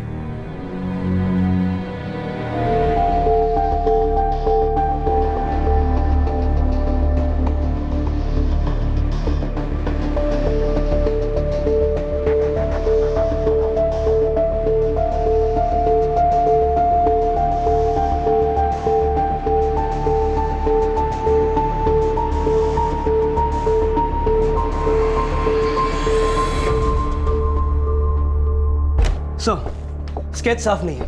दरअसल महेंद्र दिनेश शर्मा से सिर्फ एक ही बार मिला था, जब वो पैसे देने आया था।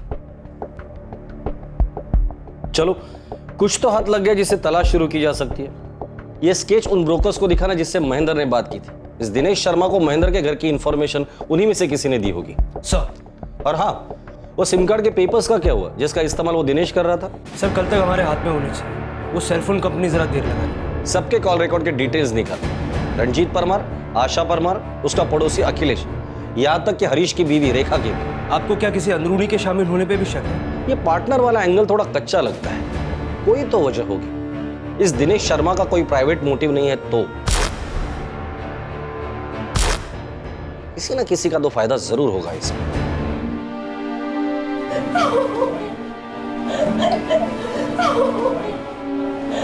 राम नाम सत्य है, राम नाम सत्य है, राम नाम सत्य है, राम नाम सत्य है, राम नाम सत्य है, राम नाम सत्य है, राम नाम सत्य है।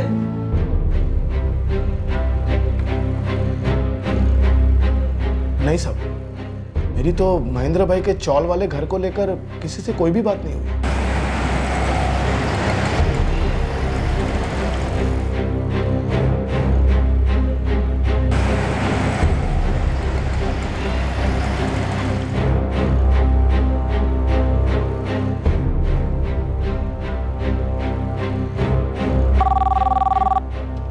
जोगशी प्रसन्न मुळे बोलतो.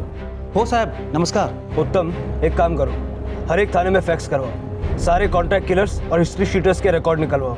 दिनेश शर्मा शायद हमें इनमें से ही मिल जाए। ठीक है साहब।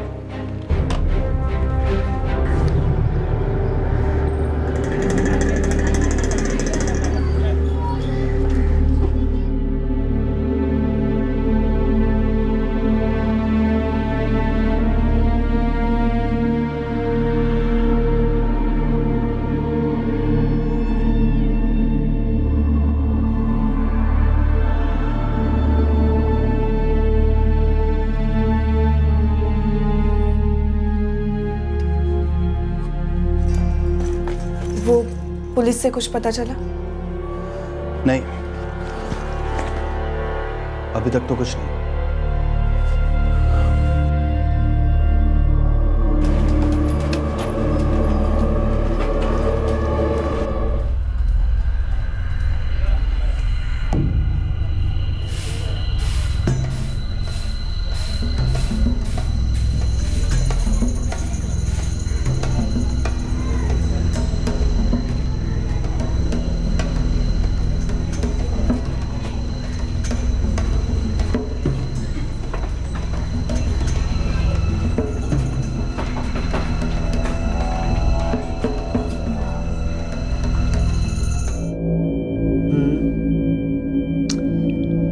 नहीं कुणाल, ये गलत तरीका है।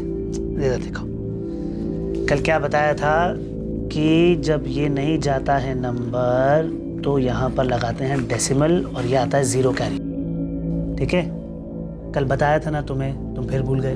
हाँ, वो निकल गया दिमाग से। चलो कुछ नहीं होता, फिर से करो। हाँ, ये लो जी, शुक्रिया।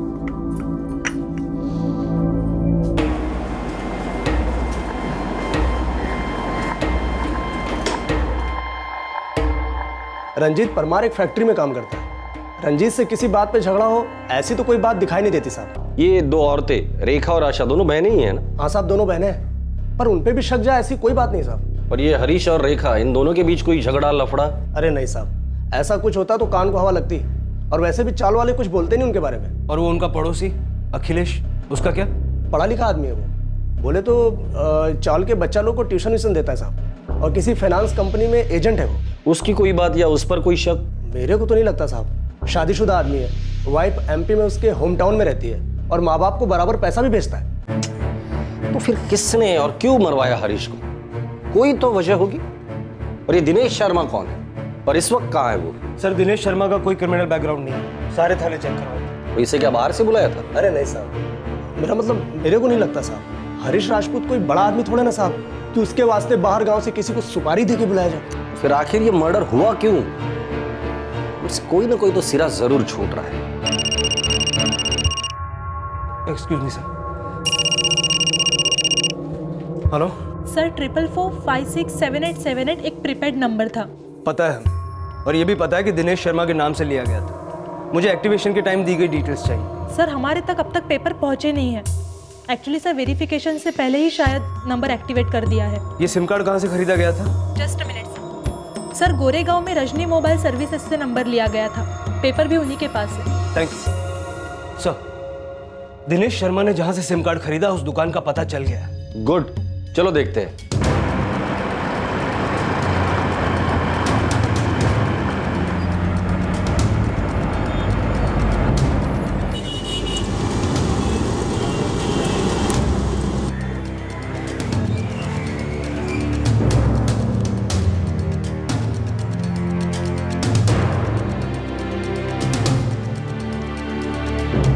सर ये सिम कार्ड 9 अक्टूबर को बिका था।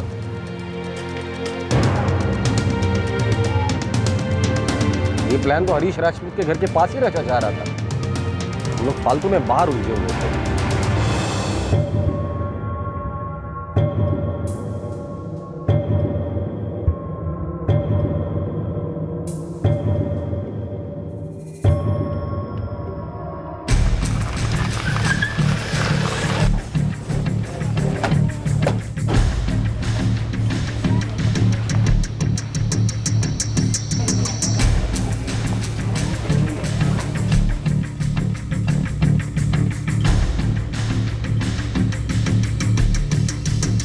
सर ये तो रंजीत परमार का घर है।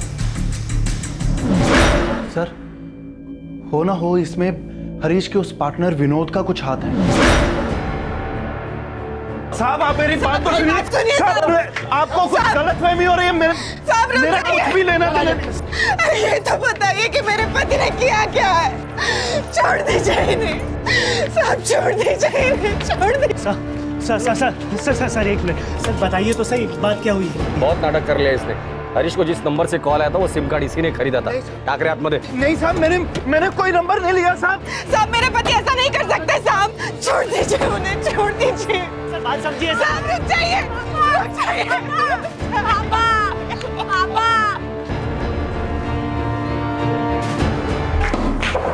साहब मैंने कुछ नहीं किया साहब। रंजीत, तुम्हारे साली का पति हरीश राजपूत क्यों मारा उसे? साहब आप लोगों को गलतफहमी हो रही है साहब। मैंने किसी को नहीं मारा।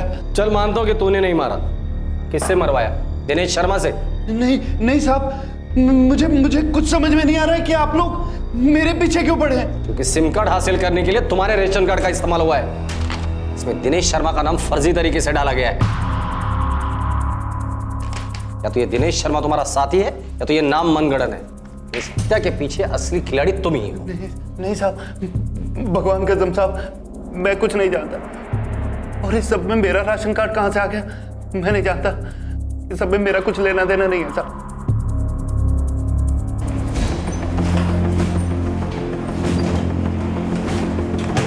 ये क्या खेल चल रहा है महेंद्र? कौन सा खेल सर? वही खेल जो दिनेश शर्मा के नाम पर खेला जा रहा है। क्या सच में कोई दिनेश शर्मा है या वो ये रंजीत परमार ही है? अब समझ में आया क्या है खेल? नहीं सर, लेकिन ये रंजीत परमार कौन है? मैं नहीं जानता सर। सर मुझसे बहुत बड़ी भूल हो गई कि मैंने अपना घर बिना किसी पेपर वर्क के, बिना किसी पुलिस वेरिफिकेशन के भाड़े पे चढ़ा दिया। बस ये मर्डर के बारे में मैं कुछ नहीं जानता सर, कसम से। देख महेंद्र, सच सच बता दे। अगर तूने बताई हुई एक भी बात झूठ निकली ना, 10 दिन तक यहाँ उल्टा लटका के रखूंगा मैं तुझे, समझे? साहब मैं अपने बीवी बच्चों की कसम खा के बोल रहा हूँ। मैंने जो कुछ भी कहा है सच ही कहा है। सर एक ही सवाल पूछ के थका दिया, लेकिन रंजीत परमार ने टूटने का नाम नहीं लिया। मुझे लगता है वो भी गलत लपेटे में आ रहा है। पॉसिबल है। ये आदमी मुझे इतना चालाक लगता नहीं है। अगर ये इतना शातिर होता तो एटलीस्ट खुद का राशन कार्ड यूज नहीं करता सिम खरीदने के लिए। पर सवाल ये है कि हरीश राजपूत को मारने के लिए कोई इतनी बड़ी साजिश क्यों रचेगा? मुझे नहीं लगता ये रंजीत परमार शामिल है इसमें। छोड़ दो उसे। सर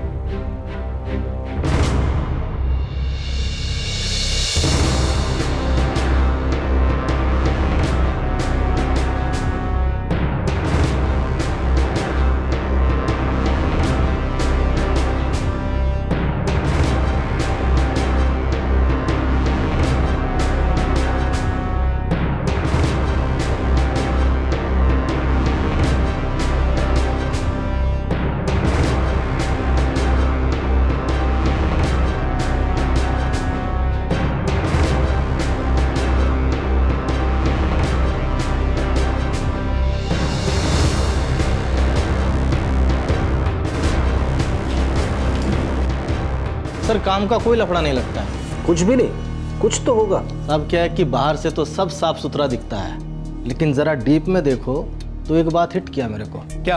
वो जो मास्टर जी है ना अखिलेश, जो ट्यूशन लेता है रंजीत परमार के बेटे कुणाल की, वो हरीश राजपूत के बेटे विशाल की ट्यूशन क्यों नहीं लेता? पूछो क्यों? आगे बोल। आगे बात यह है कि 1.5 साल पहले तक दोनों की ट्यूशन लेता था, ठीक है, दोनों को साथ पढ़ाता था। फिर अचानक से उसने विशाल की ट्यूशन क्यों बंद कर दी? सोचने की बात है, सोचो सोचो। ए हीरो, आगे बोल। आगे मुझे कुछ नहीं मालूम, चाली में भी किसी को आइडिया नहीं है। अच्छा, ये हरीश की बीवी रेखा, क्या उसका किसी के साथ अफेयर या चक्कर था? तो पक्का बोलना तो मुश्किल है, वैसे हो सकता है हरीश का लफड़ा हो किसी के साथ, उसकी पत्नी का भी चक्कर हो सकता है। अखिलेश सिंह, इसके बारे में सब कुछ पता करो, इसका आगा पीछा, इसका बैकग्राउंड, ये कहां से है, क्योंकि अभी तक हमें सिर्फ इसके काम के बारे में पता है। सर,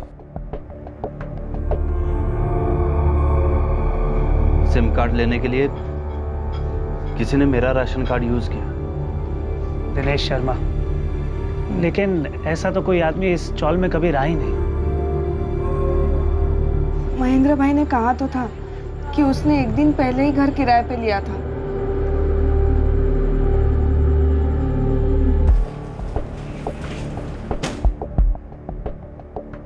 सर, ये अखिलेश भोपाल के पास उमरिया का रहने वाला है। 2011 में उसकी शादी हुई थी। उसकी बीवी अखिलेश के माँ बाप के साथ उमरिया में ही रहती है।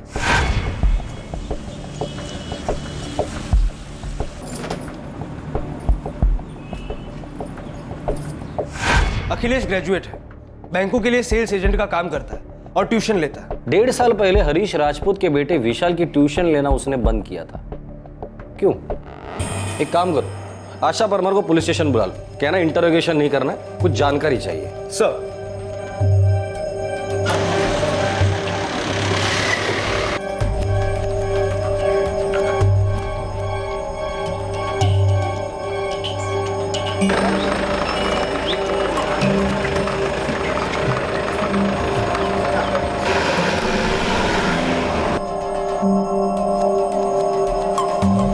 क्या बता सकती है कौन है दिनेश शर्मा?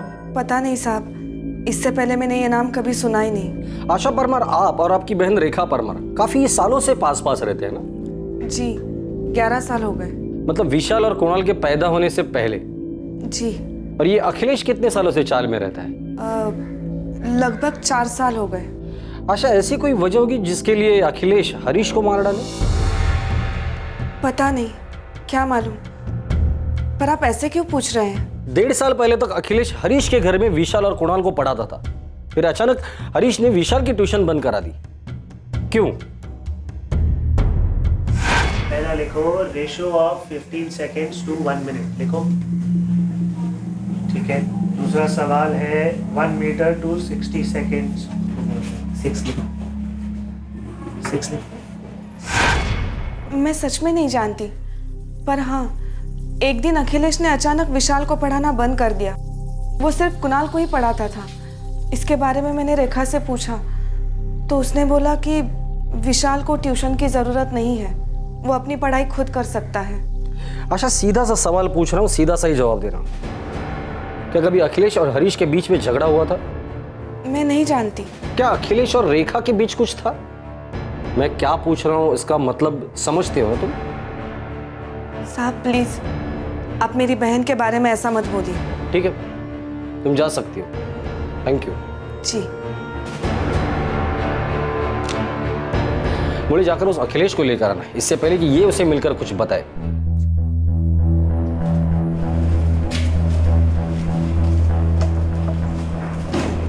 हरीश राजपूत और उसकी वाइफ रेखा को यह लगा कि विशाल अब खुद पढ़ सकता है, नहीं जरूरत उसे ट्यूशन की। असली वजह बताओ अखिलेश, असली वजह जो अब भी तुम छुपा रहे हो। सर, मैं कुछ नहीं छिपा रहा हूँ। सर, हो सकता है कि वो लोग एफोर्ड ना कर पा रहे हो। हाँ, पर ऐसा उन्होंने मुझे कुछ कहा नहीं। उस चाल में पिछले 4 साल से तुम रहते हो। हरीश राजपूत बहुत बड़ा कारपेंटर नहीं था, पर उसकी हालत इतनी भी खराब नहीं थी। सबसे पहले तुमने कुणाल को पढ़ाना शुरू कर दिया, उसके बाद तुमने विशाल की ट्यूशन लेना शुरू कर दिया, फिर एक दिन अचानक तुम्हें विशाल की ट्यूशन बंद करने को कहा जाता है। क्यों? आपका इशारा क्या है सर? तुमने हरीश राजपूत को मारा। इतनी सी बात पे मार दूंगा क्या सर? क्या कह रहे हैं सर? सर मेरी अच्छी खासी ज़िंदगी है, मैं खुश हूँ, मैं शादीशुदा हूँ सर। और सबसे बड़ी बात सर, हरीश राजपूत और मेरे बीच में कोई दुश्मनी नहीं थी। आशा परमार, रेखा राजपूत की बहन ने हमें बताया कि तुम्हारा और रेखा का अफेयर था, इसीलिए हरीश ने तुम्हारी ट्यूशन बंद करा दी थी।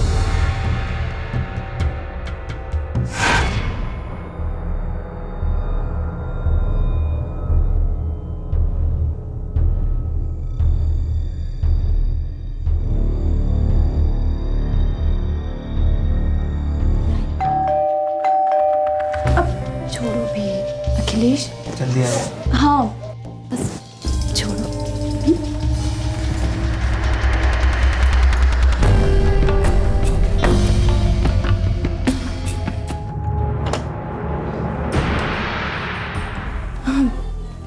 आप इतने जल्दी आ गए? अरे कुछ तबीयत ठीक नहीं लग रही थी ना, इसलिए लौट आया। सुबह से बस बुखार जैसा लग रहा है। आप बैठिए ना, मैं पानी लेकर आती हूँ। ले आओ।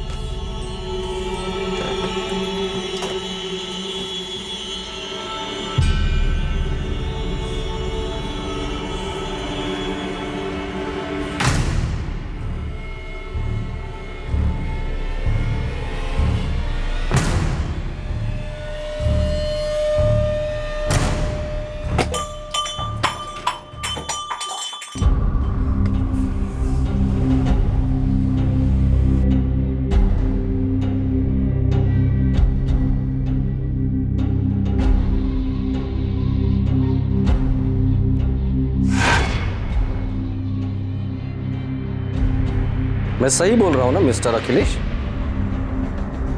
जी, लेकिन सर रेखा और मेरे बीच में इस बात को हुए 1.5 साल से ऊपर हो गया। उसके बाद मैंने शादी भी कर ली सर, और जब से हरीश को हमारे बारे में पता लगा है तब से रेखा और मेरे बीच में कोई रिलेशन नहीं है। गुड गुड, बोलते रहो बोलते रहो। मैंने अंधेरे में तीर छोड़ा था, तुक्का मारा था। अब तुम सच बोलने लगे हो, वरना तुम्हें ट्यूशन से निकालने की कोई वजह ही समझ में नहीं आ रही थी, और तुम कुणाल को अभी भी पढ़ा रहे हो। इसका मतलब रंजीत और आशा तुम्हारे और रेखा के अफेयर के बारे में जानते ही नहीं है। सर रेखा और मेरे बीच में ये सब हुआ, बहुत पुरानी बातें हो गई। बल्कि मैंने जो किया उस बात का मुझे बहुत गिल्ट भी, और मैंने हरीश से इस बात की माफ़ी भी मांगी थी। फिर मैं गाँव गया, मैंने शादी की, और सर उसके बाद हरीश और मेरे बीच में कोई कड़वाहट नहीं बची। यही तो हमारा शक है। ये दिनेश शर्मा कौन है? सर मैं किसी दिनेश शर्मा को नहीं जानता। मैं हरीश राजपूत, कारपेंटर। हाँ हाँ, आइए आइए। दिनेश शर्मा तुम्हारा साथी है जिसको इस काम के लिए तुमने हायर किया था। मैंने नहीं किया सर, मैंने नहीं मारा हरीश को। ठीक है, तो मुंबई छोड़कर कहीं नहीं जाओगे जब तक हम लोग हरीश राजपूत के खूनी को पकड़ नहीं लेते। और याद रखना, हमारी नजर रहेगी तुम पर। चाहे तुक्का ही सही, लेकिन जांच पड़ताल का निशाना एकदम सटीक लगा था। इस हत्या में निजी कारणों की बू आ रही थी, और पुलिस ने इस निजी कारण का अंदाजा ठीक ठीक लगा लिया था। हरीश राजपूत की पत्नी रेखा और उनके पड़ोसी अखिलेश के बीच का अफेयर। लेकिन अब भी अखिलेश और रेखा के इस हत्या में शामिल होने के कोई साफ साफ सबूत नहीं मिल पा रहे थे कि जांच अपने मकाम, अपने एंड तक पहुंच पाती।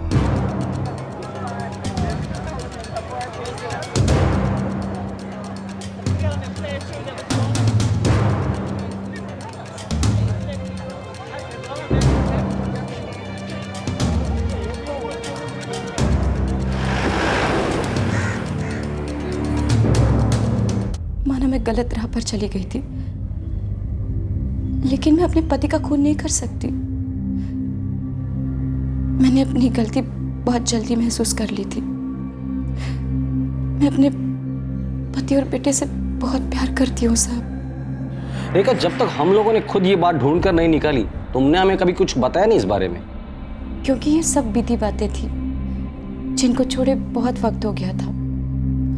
लेकिन इन बातों का मेरे पति के खून से कोई लेना देना नहीं है। फिर हरीश राजपूत के मर्डर का किस चीज से लेना देना है, तुम ही बता दो। मुझे नहीं पता, एकदम नहीं पता। हाँ, मैं भटक गई थी।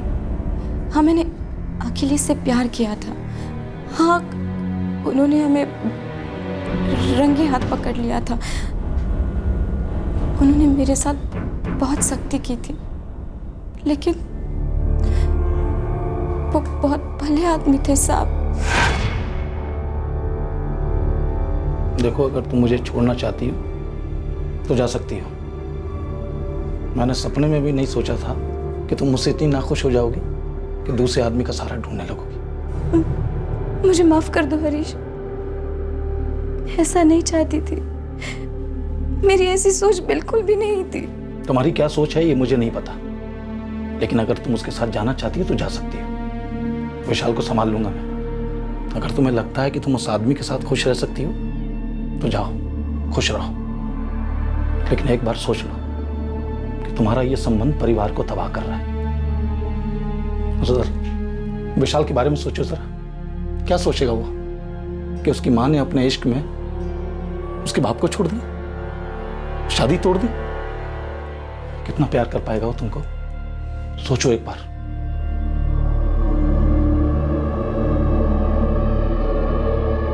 और सुनो, मैं नहीं चाहता कि अखिलेश इस घर में दोबारा कदम रखे। मैं फिर कह रहा हूं, अगर तुम उसके साथ जाना चाहती हो तो जा सकती हो, लेकिन अगर मेरे साथ रहना है तो मेरे पीठ पीछे ये सब नहीं चलेगा। और अगर दोबारा ऐसा हुआ तो सीधे तलाक दूंगा तुम्हें मैं, याद रखना।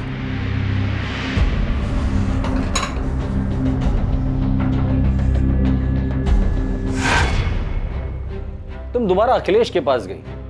हरीश ने तुम दोनों को रंगे हाथ पकड़ लिया था, और हरीश की पत्नी होते हुए यह चक्कर चलाना मुश्किल था।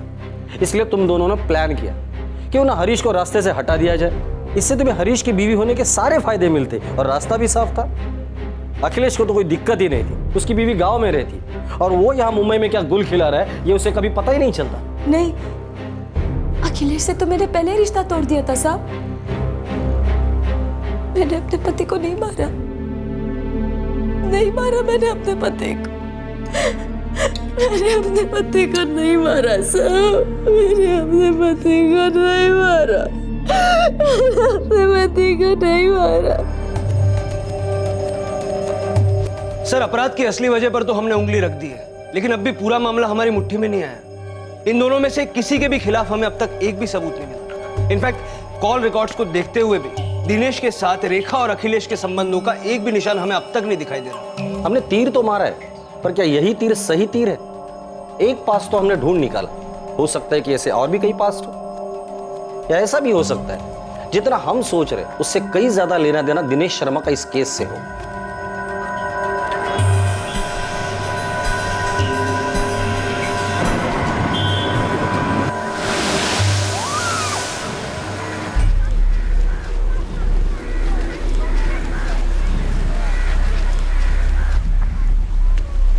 मैं कल निकल रहा हूँ। शादी दिसंबर में है ना? हाँ, लेकिन मैं कोई रिस्क लेना नहीं चाहता। पुलिस उधेड़-बुन में, और मैं नहीं चाहता कि वो सब समझ पाए। तो तुम्हें क्या लगता है, मुझे भी निकलना चाहिए? नहीं, पुलिस तुम तक कभी नहीं पहुंच पाई।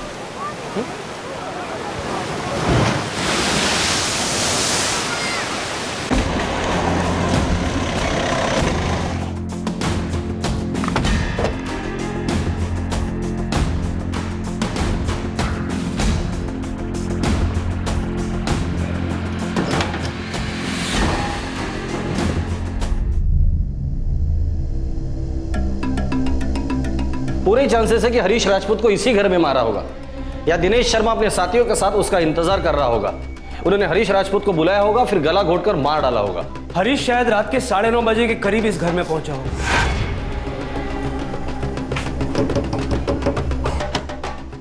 मैं हरीश राजपूत।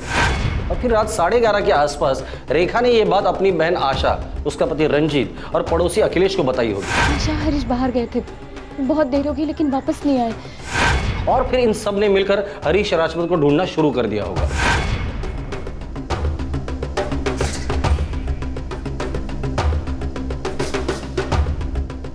सर, अगर मान लें कि रेखा और अखिलेश भी इसमें शामिल थे, तो फिर वो लोग यहाँ इस घर में जरूर आए होंगे।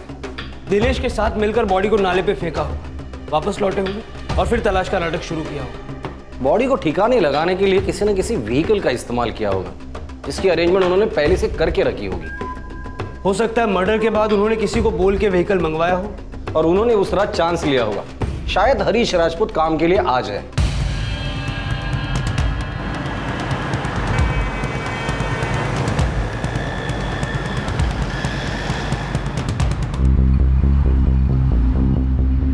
दिन के ट्रैफिक में हमें यहाँ पहुंचने के लिए आधा घंटा लग गया। रात के वक्त तो उन्हें 15 मिनट भी नहीं लगे होंगे और काम हो गया होगा। अखिलेश या रेखा को मैसेज मिल गया होगा कि काम हो गया और उन्होंने झूठी खोज का नाटक शुरू कर दिया। अगर ऐसा हुआ है तो किसी न किसी तरीके से तो कम्युनिकेट किया होगा। हरीश का सेलफोन और दिनेश शर्मा ने जो सिम कार्ड इस्तेमाल किया था, दोनों सिम कार्ड बंद किए जाने के पहले आखिरी लोकेशन चौल दिखा रही है। तो सर इसका मतलब यह है कि इस मैसेज को कम्युनिकेट करने के लिए किसी और ही सेलफोन का यूज किया गया। सारे रिकॉर्ड्स निकालो। 11 अक्टूबर 2012 की रात चाल से लेके इस जगह तक जितने भी कॉल्स रात के 9:30 और 11 के बीच हुए, सबके रिकॉर्ड्स निकालो। मेरे ख्याल से ज्यादा नहीं होने चाहिए। सर, रेखा और अखिलेश पर शक जरूर था, लेकिन उनके इसमें शामिल होने के कोई सबूत नहीं थे। इनके उस रहस्यमय दिनेश शर्मा के साथ जुड़े होने का भी कोई इशारा नहीं था। जिन लोगों ने हरीश राजपूत के कत्ल का प्लान रचा था, पुलिस अब उन कातिलों की चाल के कदमों के निशान खोजने में लगी थी।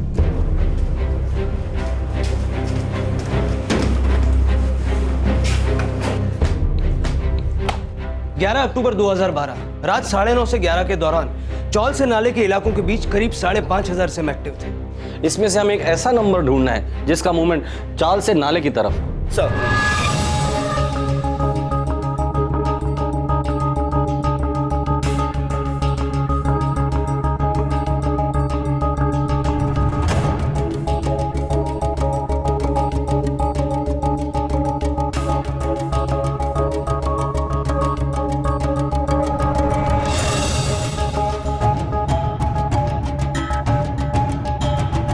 एक नंबर मिला है मुझे जिसका एग्जैक्ट मूवमेंट चाल से नाले की तरफ है।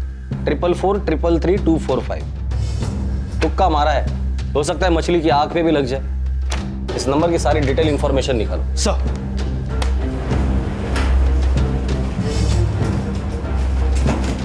सर 444-333-245 ये नंबर दमन का है और किसी रोहित प्रकाश का।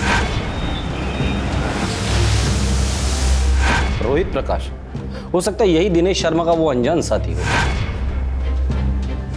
सर, इंटरेस्टिंगली रोहित प्रकाश के इस नंबर से उसी रात 10:05 पर इस दूसरे नंबर पर कॉल किया गया था जो उस वक्त चौल में मौजूद था। इंटरेस्टिंग है।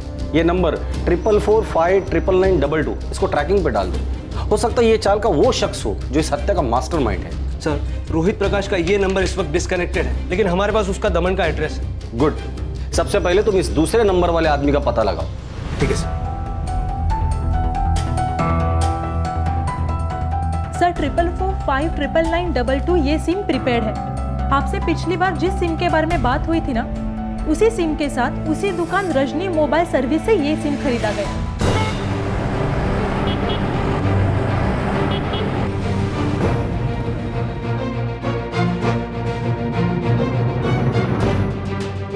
सर ये सिम कार्ड भी उसी एड्रेस प्रूफ पर दिनेश शर्मा ने खरीदा था।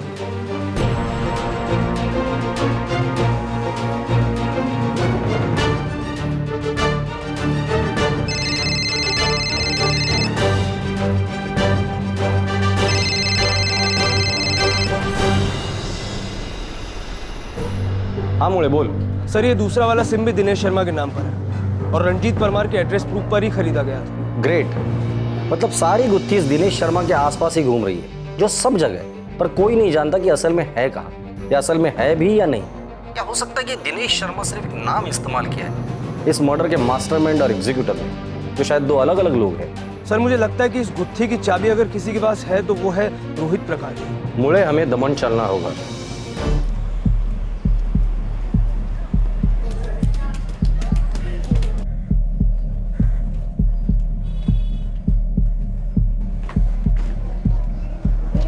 आशा, ये अखिलेश और रेखा के बारे में तो मुझे कुछ पता ही नहीं था। तुम्हें पता था कुछ? नहीं, जीजा जी ने भी कभी कुछ नहीं बोला। और रेखा और अखिलेश किसी को क्यों बताएंगे? अच्छा, कहीं कुछ ऐसा तो नहीं जो सिर्फ मुझे ना बताओ, या हम दोनों को ही ना बताओ? आप कहना क्या चाह रहे हैं? नहीं, कुछ नहीं, रहने दो।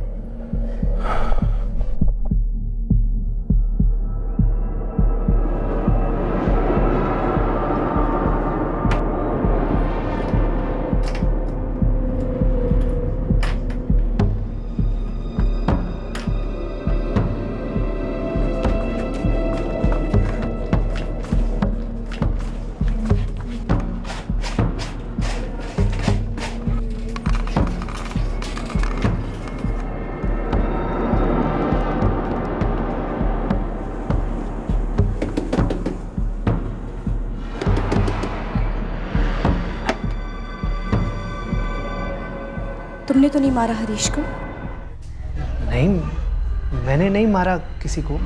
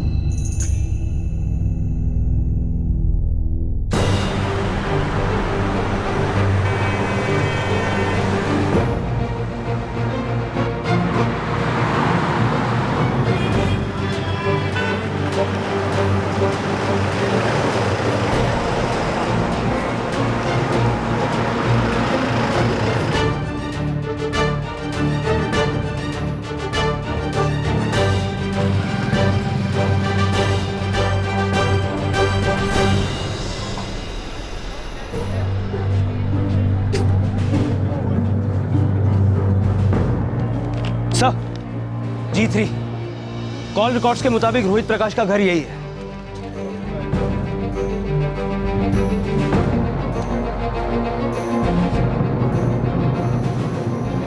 भाई साहब, आप रोहित प्रकाश को जानते हैं? जो ये मकान में रहता है? जी। जो कारपेंटर है वही ना? हाँ हाँ वही। कहाँ गया है वो? शायद गांव गया होगा, सुना था उसका मैरिज होने वाला है। अच्छा, गांव कहाँ है उसका, कुछ पता है आपको? नहीं, मालूम नहीं। हाँ, उसका एक फ्रेंड है भूपेश, उसके साथ इधर ही रहता है। Thank you.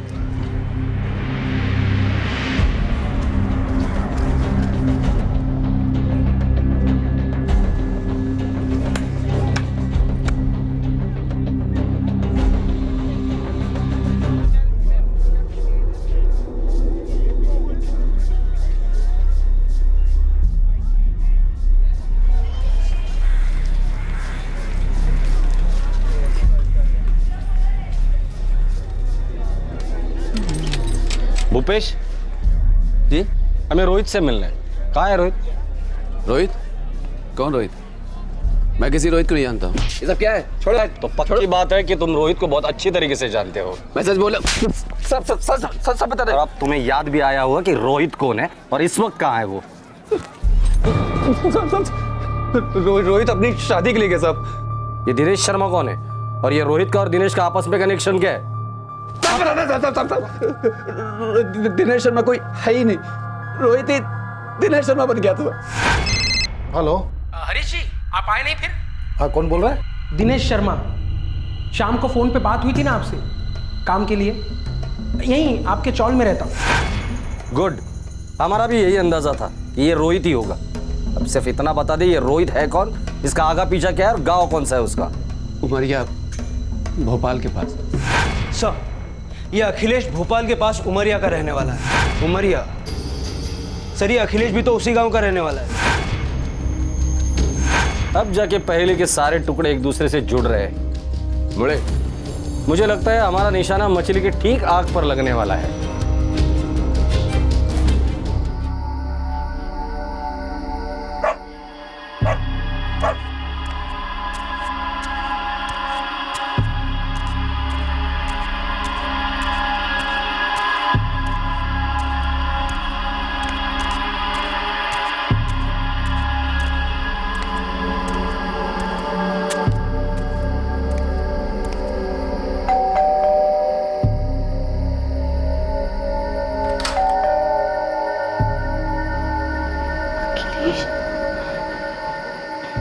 क्या चाहिए तुम्हें? देखा, मैंने हमेशा तुम्हें चाहा। क्या चाहिए? मैंने ये सब जो किया तुम्हारे लिए तो किया है। क्या? तुमने मेरे पति को मार डाला?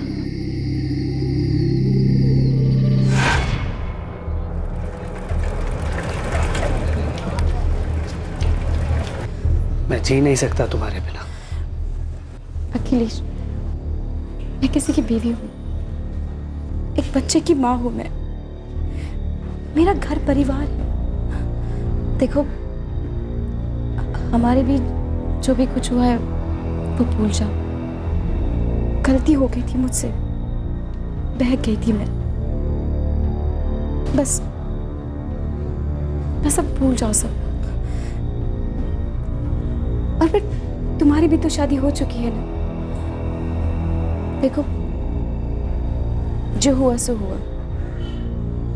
मैं अपने पति और बेटे को नहीं छोड़ सकती। अगर ऐसा है तो बोल दो कि तुम मुझसे प्यार नहीं करती। मैं तुमसे प्यार नहीं करती।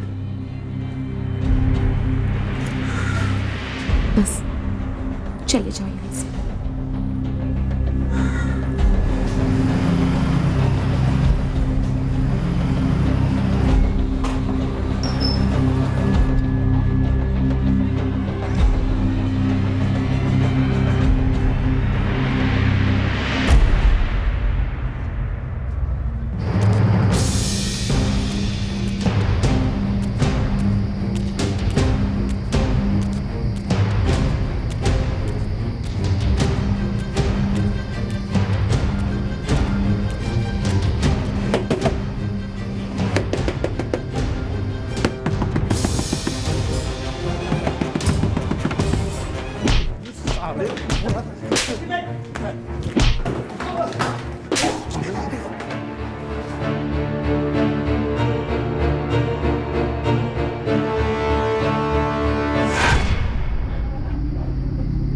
तुमने उन्हें मार डाला? मैं सहन नहीं कर पाया। उसने मेरे घर में आके मुझे मारा। और फिर मैं तुम्हें भी तो अपने साथ रखना चाहता था, और इसके अलावा और कोई दूसरा रास्ता नहीं था। तुमने क्या सोचा? तुम मुझे इस तरीके से पालोगे? तुम हमेशा से क्या मेरे साथ नहीं रहना चाहती थी?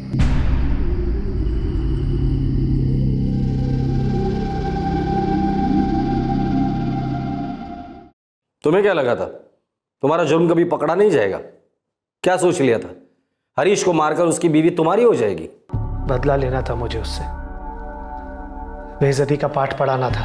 अरे मास्टर था, बच्चों को पाठ पढ़ाते रहता ना तो तेरी इज्जत बची रहती थी। इतने साल बच्चों को जो पाठ पढ़ाया था, खुद उससे तूने कुछ सीखा? मुझे रेखा से शादी करनी थी।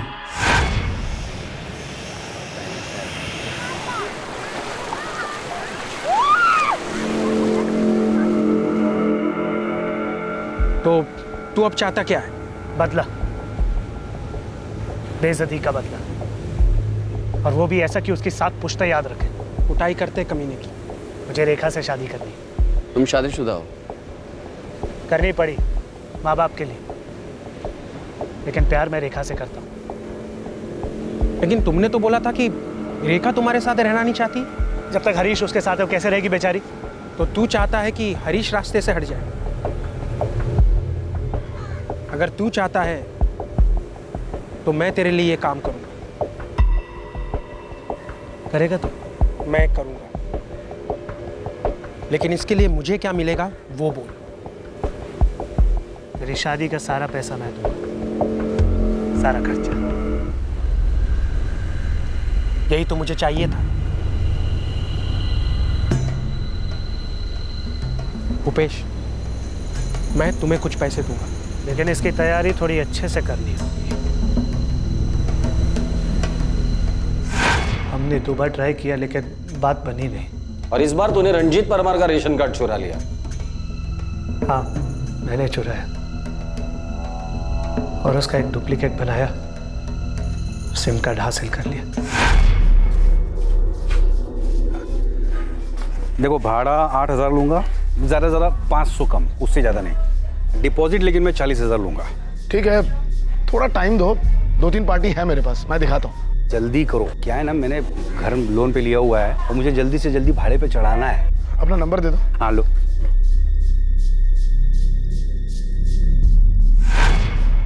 दिनेश शर्मा के नाम के सिम कार्ड मेरे पास आ गए। फिर रोहित ने महेंद्र को फ़ोन किया उसी रात और हरीश राजपूत को बुला के उसका काम कर डाला।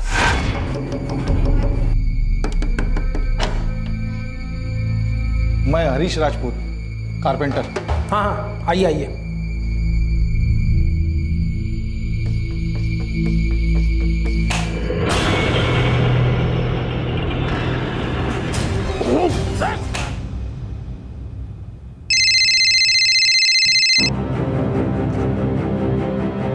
हाँ रोहित, काम हो गया। अच्छा ऐसा कर, तू पहले फ़ोन से सिम बाहर निकाल दे, ठीक है? और मैं अभी आता हूँ वहाँ पे।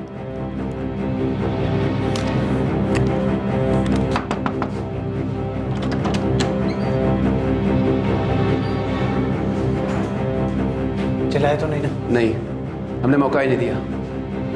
ठीक, निकलते हैं फिर। लेकिन इसे बाइक पे ले जाना होगा। बाइक मैं चलाऊंगा, तू और मैं इसको अपने बीच में रखेंगे, ठीक है? और भूपेश तुम तू बाइक पे हमें फॉलो करना, ठीक है? मगर हमें सावधान रहना होगा। चिंता मत कर, मैं अंदर वाली गली का एक रास्ता जानता हूँ, सीधा नाले पे निकलता है। आधे घंटे में निकलते हैं, तब तक रोड्स भी खाली हो जाएंगी।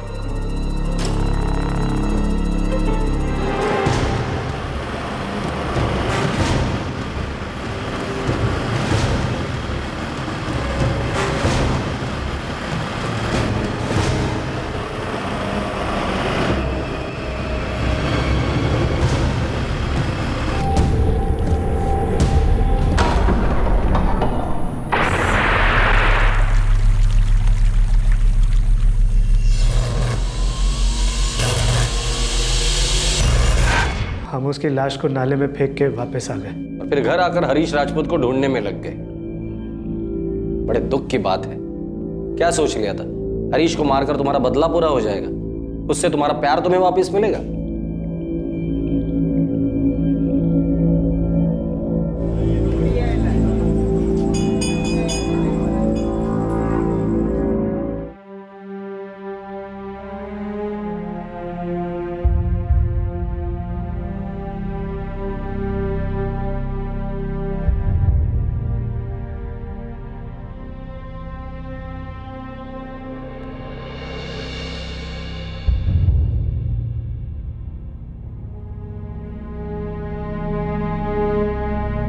रोहित प्रकाश को उसके गांव में खोजकर पकड़ लिया गया।